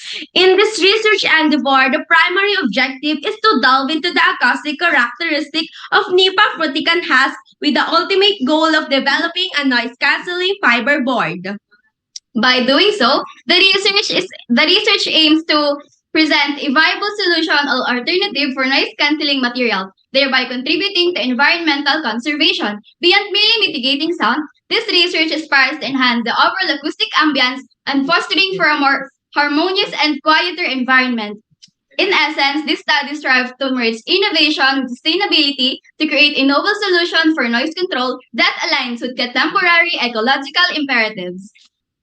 The researcher aims to know the effectiveness and acceptability of NIPA Frutican husk as a noise-canceling fiber boards.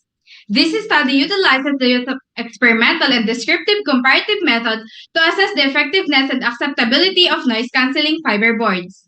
Self-made questionnaire was used as the research instrument of the study. The statistical tool used in this study is the weighted mean. This tool is to measure the level of acceptability and effectiveness of NIPA Frutican husk as noise-canceling fiber boards. A web-based application was also used that measures and graphs surrounding sound and noise. The researchers followed a meticulous procedure to create the soundproofing material. They constructed metal plate molds measuring 1 foot by 1 foot and began the production process by collecting Nipa fruticans fruit. The husk was separated, sun-dried, and hammered to achieve the desired texture. The starch-based raisin mixture was heated and blended with a hammer husk to form a cohesive mixture. This blend was poured into mold, allowed to cool and solidify, resulting fiber boards. The process was repeated to create multiple samples for comprehension testing and analysis, ensuring precision in the final product. During testing, a consistent speaker noise level was maintained. Nipa frutican fiber were used to construct a box with or without noise-canceling Nipa frutican husk. This graph presents the sound meter in testing the capabilities of noise-canceling fiber boards made from Nipa frutican husk.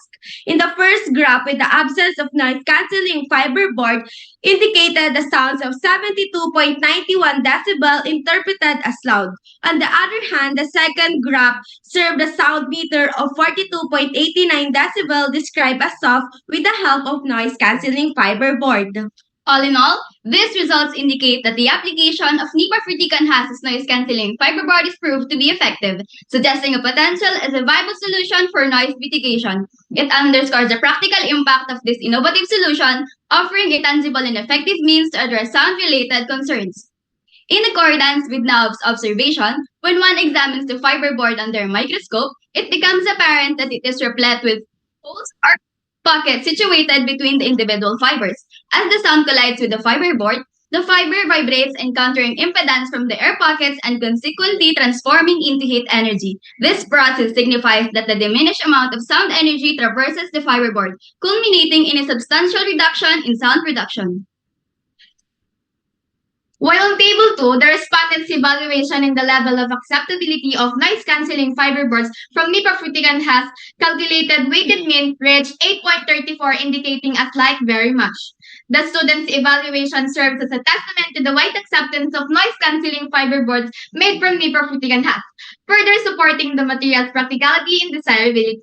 This study describes a novel approach to soundproofing using Nipa frutican fibers, a natural resource abundant in coastal areas. The study is unique in its integration of socioeconomic aspects and its experimental methodology that studies the potential to bring about the positive impacts on health, environment, and local economies. If Nipa frutican will be an effective noise cancellation materials, then it will be budget friendly. It will cost effective as our modern alternative. It could emerge as a viable, sustainable application for soundproofing application. This approach encourages a comprehensive evolution for environmental and economic impact of using Nipa frutican fiber in comparison to other materials that could lead to commercialization. We believe that through our Exploring the acoustic properties of Nipa frutican husk for eco-friendly noise-canceling fiberboards can lead to the development of a sustainable alternative for noise control, promoting a more comfortable and environmentally conscious acoustic environment. We believe that through our innovation, this research titled Noise-canceling fiberboards from Nipa frutican husk will make a difference. Thank you and mabuhay! Wow, amazing, amazing. We like it so much, your topic which you choose, because it's not, let's say, so uncommon. And also we like how do you make this scientific research in the practical part. For all of this, we are proud to have you now, today, to this amazing session about best of the best project for the first edition of the I3NEW, organized by us, you can see here, New Era organization. And now, congratulations again. Thank you. To the main 5-zone mobile application for noisy environment detection system with the machine learning from Romania. Let's go with Romania. Hello, I will present the screen in just a second, please. Okay, we are waiting for you.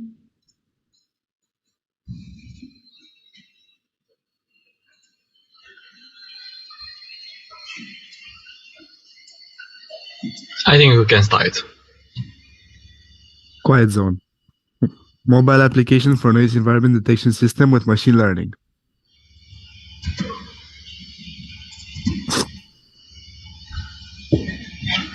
This is the structure of our presentation.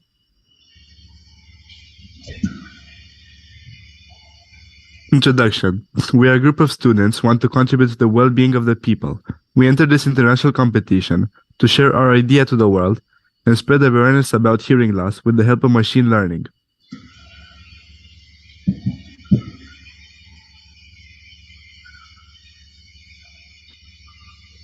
Problem statement. Some of the greatest silent threats of the 21st century are those things that make our lives better or more exciting. Concerts on huge stadiums, heavy traffic of urban areas, and the roaring of machines in industrial shops or building sites. The result, hearing loss in younger and younger people. Studies show that over 1 billion people are in danger of losing their hearing abilities. And the worst part, that most of them will not do anything to preserve their hearing because they do not realize the decreasing of their auditory perception.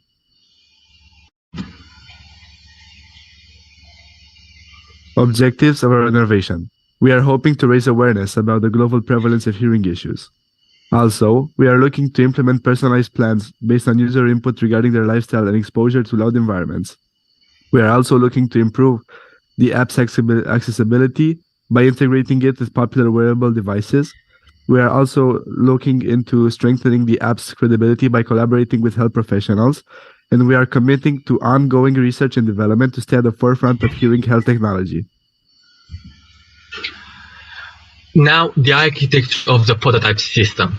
When the user opens the system script, there are two sub-processes that will happen. On the right, we have the I3NEW.py script. This script retrieves the decimal values from the user's environment and saves them to a text file. Then, the second sub-process is on the left, that calculates the age from the user's birthday and rolls out the watchdog code, also known as the model starter.py. When it detects a change within the text file I mentioned earlier with the decimal values, it will trigger the all-in-one.py script that processes the data from the user and then gives out the output from the machine learning model to the user. The system's Arduino implementation. We use Arduino components to make a prototype with simple hardware and efficient software.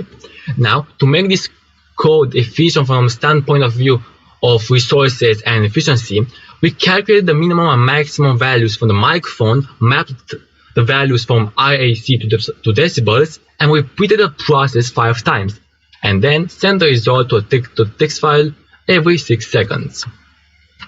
The machine learning model. Our machine learning algorithm to ensure precision in its answers uses the unknown forest classifier framework. This technology has 3 key elements. Decision trees, like the one I see on the bottom right, that gives us an exact answer and is an exact replica of a decision tree from our model. Assembled learning, actually on the top right, where majority voting happens between all of our decision trees that we created beforehand. And bootstrapping, that mixes up the data in our data set so that the order of our information does not count in the final prediction.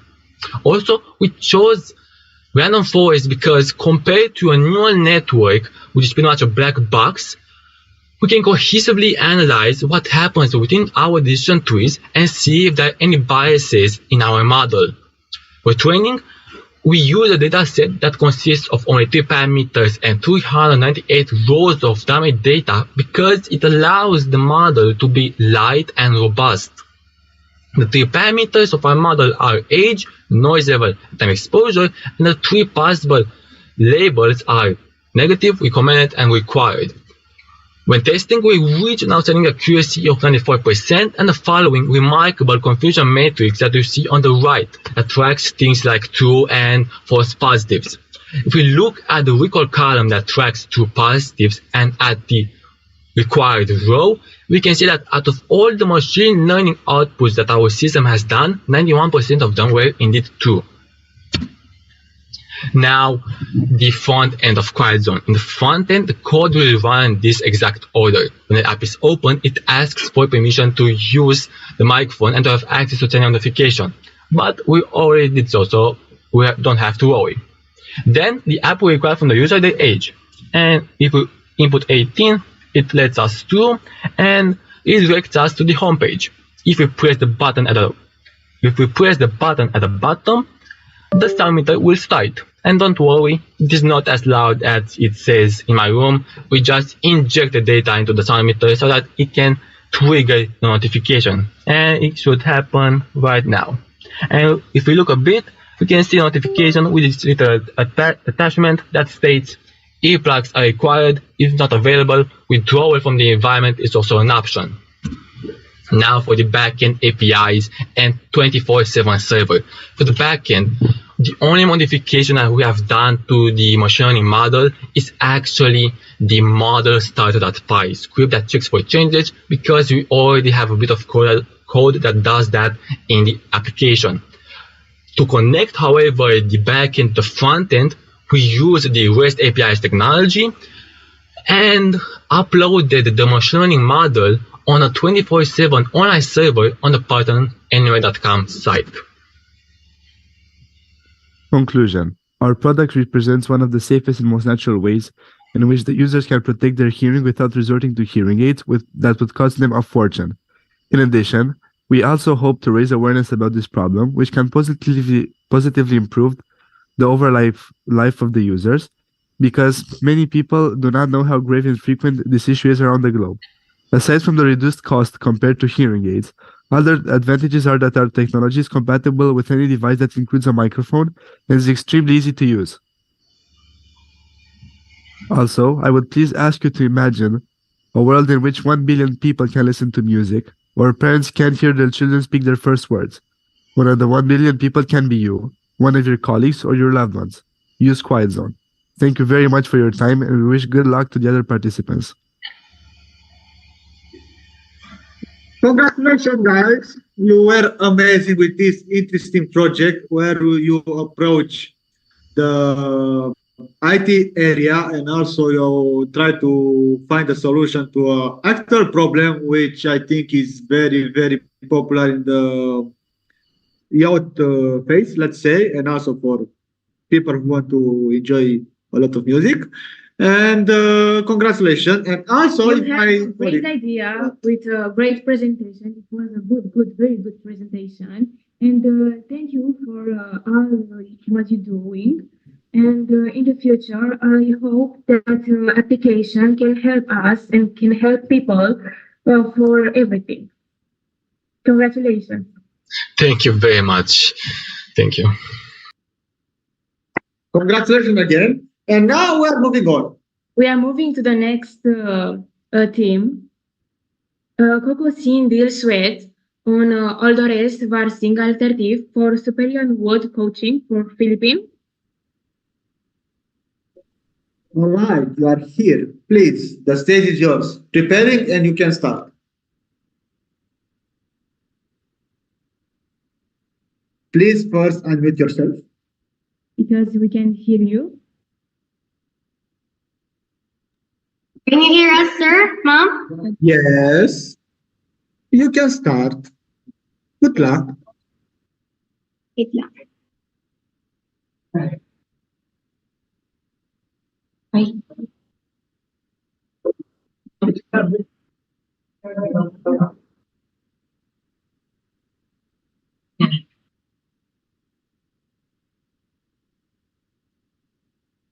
Curiosity leads to discoveries. Discoveries lead to innovation. Innovation creates solutions. They're all part of this. Magandang araw! Good day, everyone. We are the researchers from Brave Iba National High School, Calapan City, Oriental Mindoro, Philippines. And this is our study.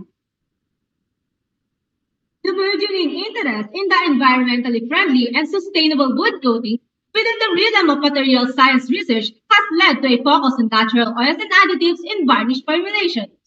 In 2021 explored the integration of natural oil adducts in alkali-based varnish emulsions, showcasing their impact on wood surface and underscoring the possibility of incorporating natural oils into varnish systems.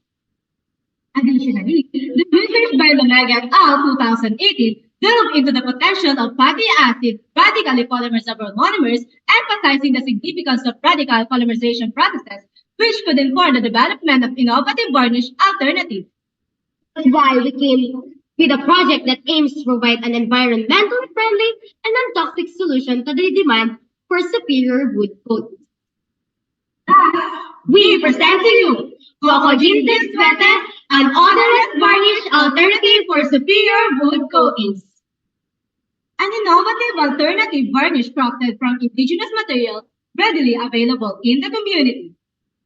Perception and acceptance of Cocoginta Suete among educators, students, and volunteers involved in classroom enhancement activities. Practical recommendation for optimal application methods and context exposed based on research findings. This is our statement of the problems, the things we want to find out. And this is our conceptual framework, the heart of our study. And for our procedure, the researcher prepares the ingredients and material that is needed, then proceed the washing of the gathered materials. After washing all the gathered materials, we conduct the chopping of ginger root, pounding the atsuete, grating the coconut, and then cooking it to get the coconut oil. Then of boiling all the gathered materials. Cook it with a duration of 5 minutes. Cool it down, then proceed to the filtration for the remaining excess. After having the solution done, we can already test it and then analyzing if it is successful so we can conclude. Ingredients we use for doing the Cocogene Dill Suete. These are the tools used for doing the Cocogene Dill Suete. For our research study, this study employs a quasi-experimental research design with a non-equivalent control group. Filling up with 60 respondents, the study encompassed a total of 60 randomly selected respondents from the group of students, parents, and teachers to provide perception and acceptability of alternative varnish out of indigenous material. Our instrument, we use self-made questionnaire. The study utilized a meticulously designed survey questionnaire to determine the difference between the alternative and commercially available varnish. Analyze it with the use of Microsoft Excel, IBM SPSS or statistical software suite, and we weighted mean, percentage, and man-with-new test. Technological innovation. The technological innovation introduced in this research study revolves around the formulation and application of Cocogene Dill Suete odorless varnish. This technological innovation addresses the need for non-toxic, environmentally friendly wood coatings, providing an alternative that not only promotes resources efficiency, but also ensures the safety and health of users.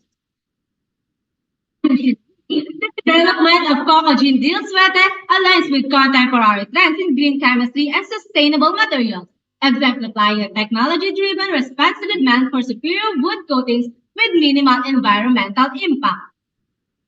Table 2 presents important findings from the man-with-new test analysis for acceptability rating.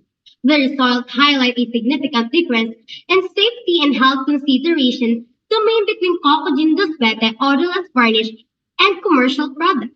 The alternative varnish is seen as user-friendly and environmentally safe due to its lack of harmful toxins and chemicals, odorlessness, and good ventilation requirements during application.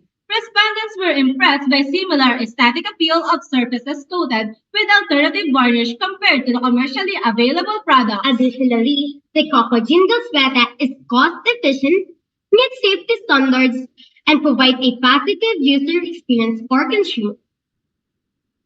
In conclusion, this study appears that Cocogene Dill Suete odorless varnish derived from coconut oil, ginger root, atsuete, and gin exhibit comparable efficacy to commercial varnishes concerning performance, quality, and aesthetic appeals user experience. Cocogene Dill Suete surpasses safety and health considerations, making it a healthier alternative to traditional varnishes. The use of indigenous materials enhances its versatility, providing an eco-friendly solution for various coat coatings applicable to diverse furniture types. I am Alison Lay S. Mirafles, and I serve to create innovative solutions. I am John Erin G. Salazar, and I serve to become part of this solution. Together, we can create possibilities and solve problems through science and innovation. Let us build an inventive and creative communities. Mabuhay! Multimes! Wow. Mulțumesc too. It was an amazing project. We appreciate a lot your project, your charisma, your original ability to share this amazing knowledge, and also we appreciate it how you make these amazing presentations. We are so proud to have you here. Congratulations again. Thank you, Paul. All right, and now this was the final project of this session, the session of the best project for the first edition of I3NEW competitions. Here today we saw a lot of amazing projects which were presented by elementary students, secondary students, also university students, a lot of knowledge, a lot of level of researching. Also, we had projects from all the categories, from the social science category to the engineering and computer science to the science and technology, also of the SDG goals. All of these were amazing. Also, we had projects from education. All were magnifique. All were amazing. Thank you for your audience. We hope you enjoy and keep an eye for the next event of today in 1 hour and a half, I think, the STEAM conference, where we invite a lot of amazing researchers all around the world to share their perspective on an interesting topic. STEAM education, STEAM, science, technology, engineering, arts, and mathematics, how we can implement to be efficient in the educational field. Because, okay, we are in a competition, but the main idea is the education. So until to this session, please try to follow the codes of the New Era Association. Something like think alone, be creative, be new, and be yourself. I was Mihail Stănescu, and with my dear colleague Eliza Ispas, we moderate this session, and also we want to thank you to the director of New Era Organization, Miss Oana Farkas, which was so a lot of emotions she has when see a lot of amazing projects. We thank you very much to everyone and see you to the next session of today's STEAM conference. Have a great day. Bye-bye.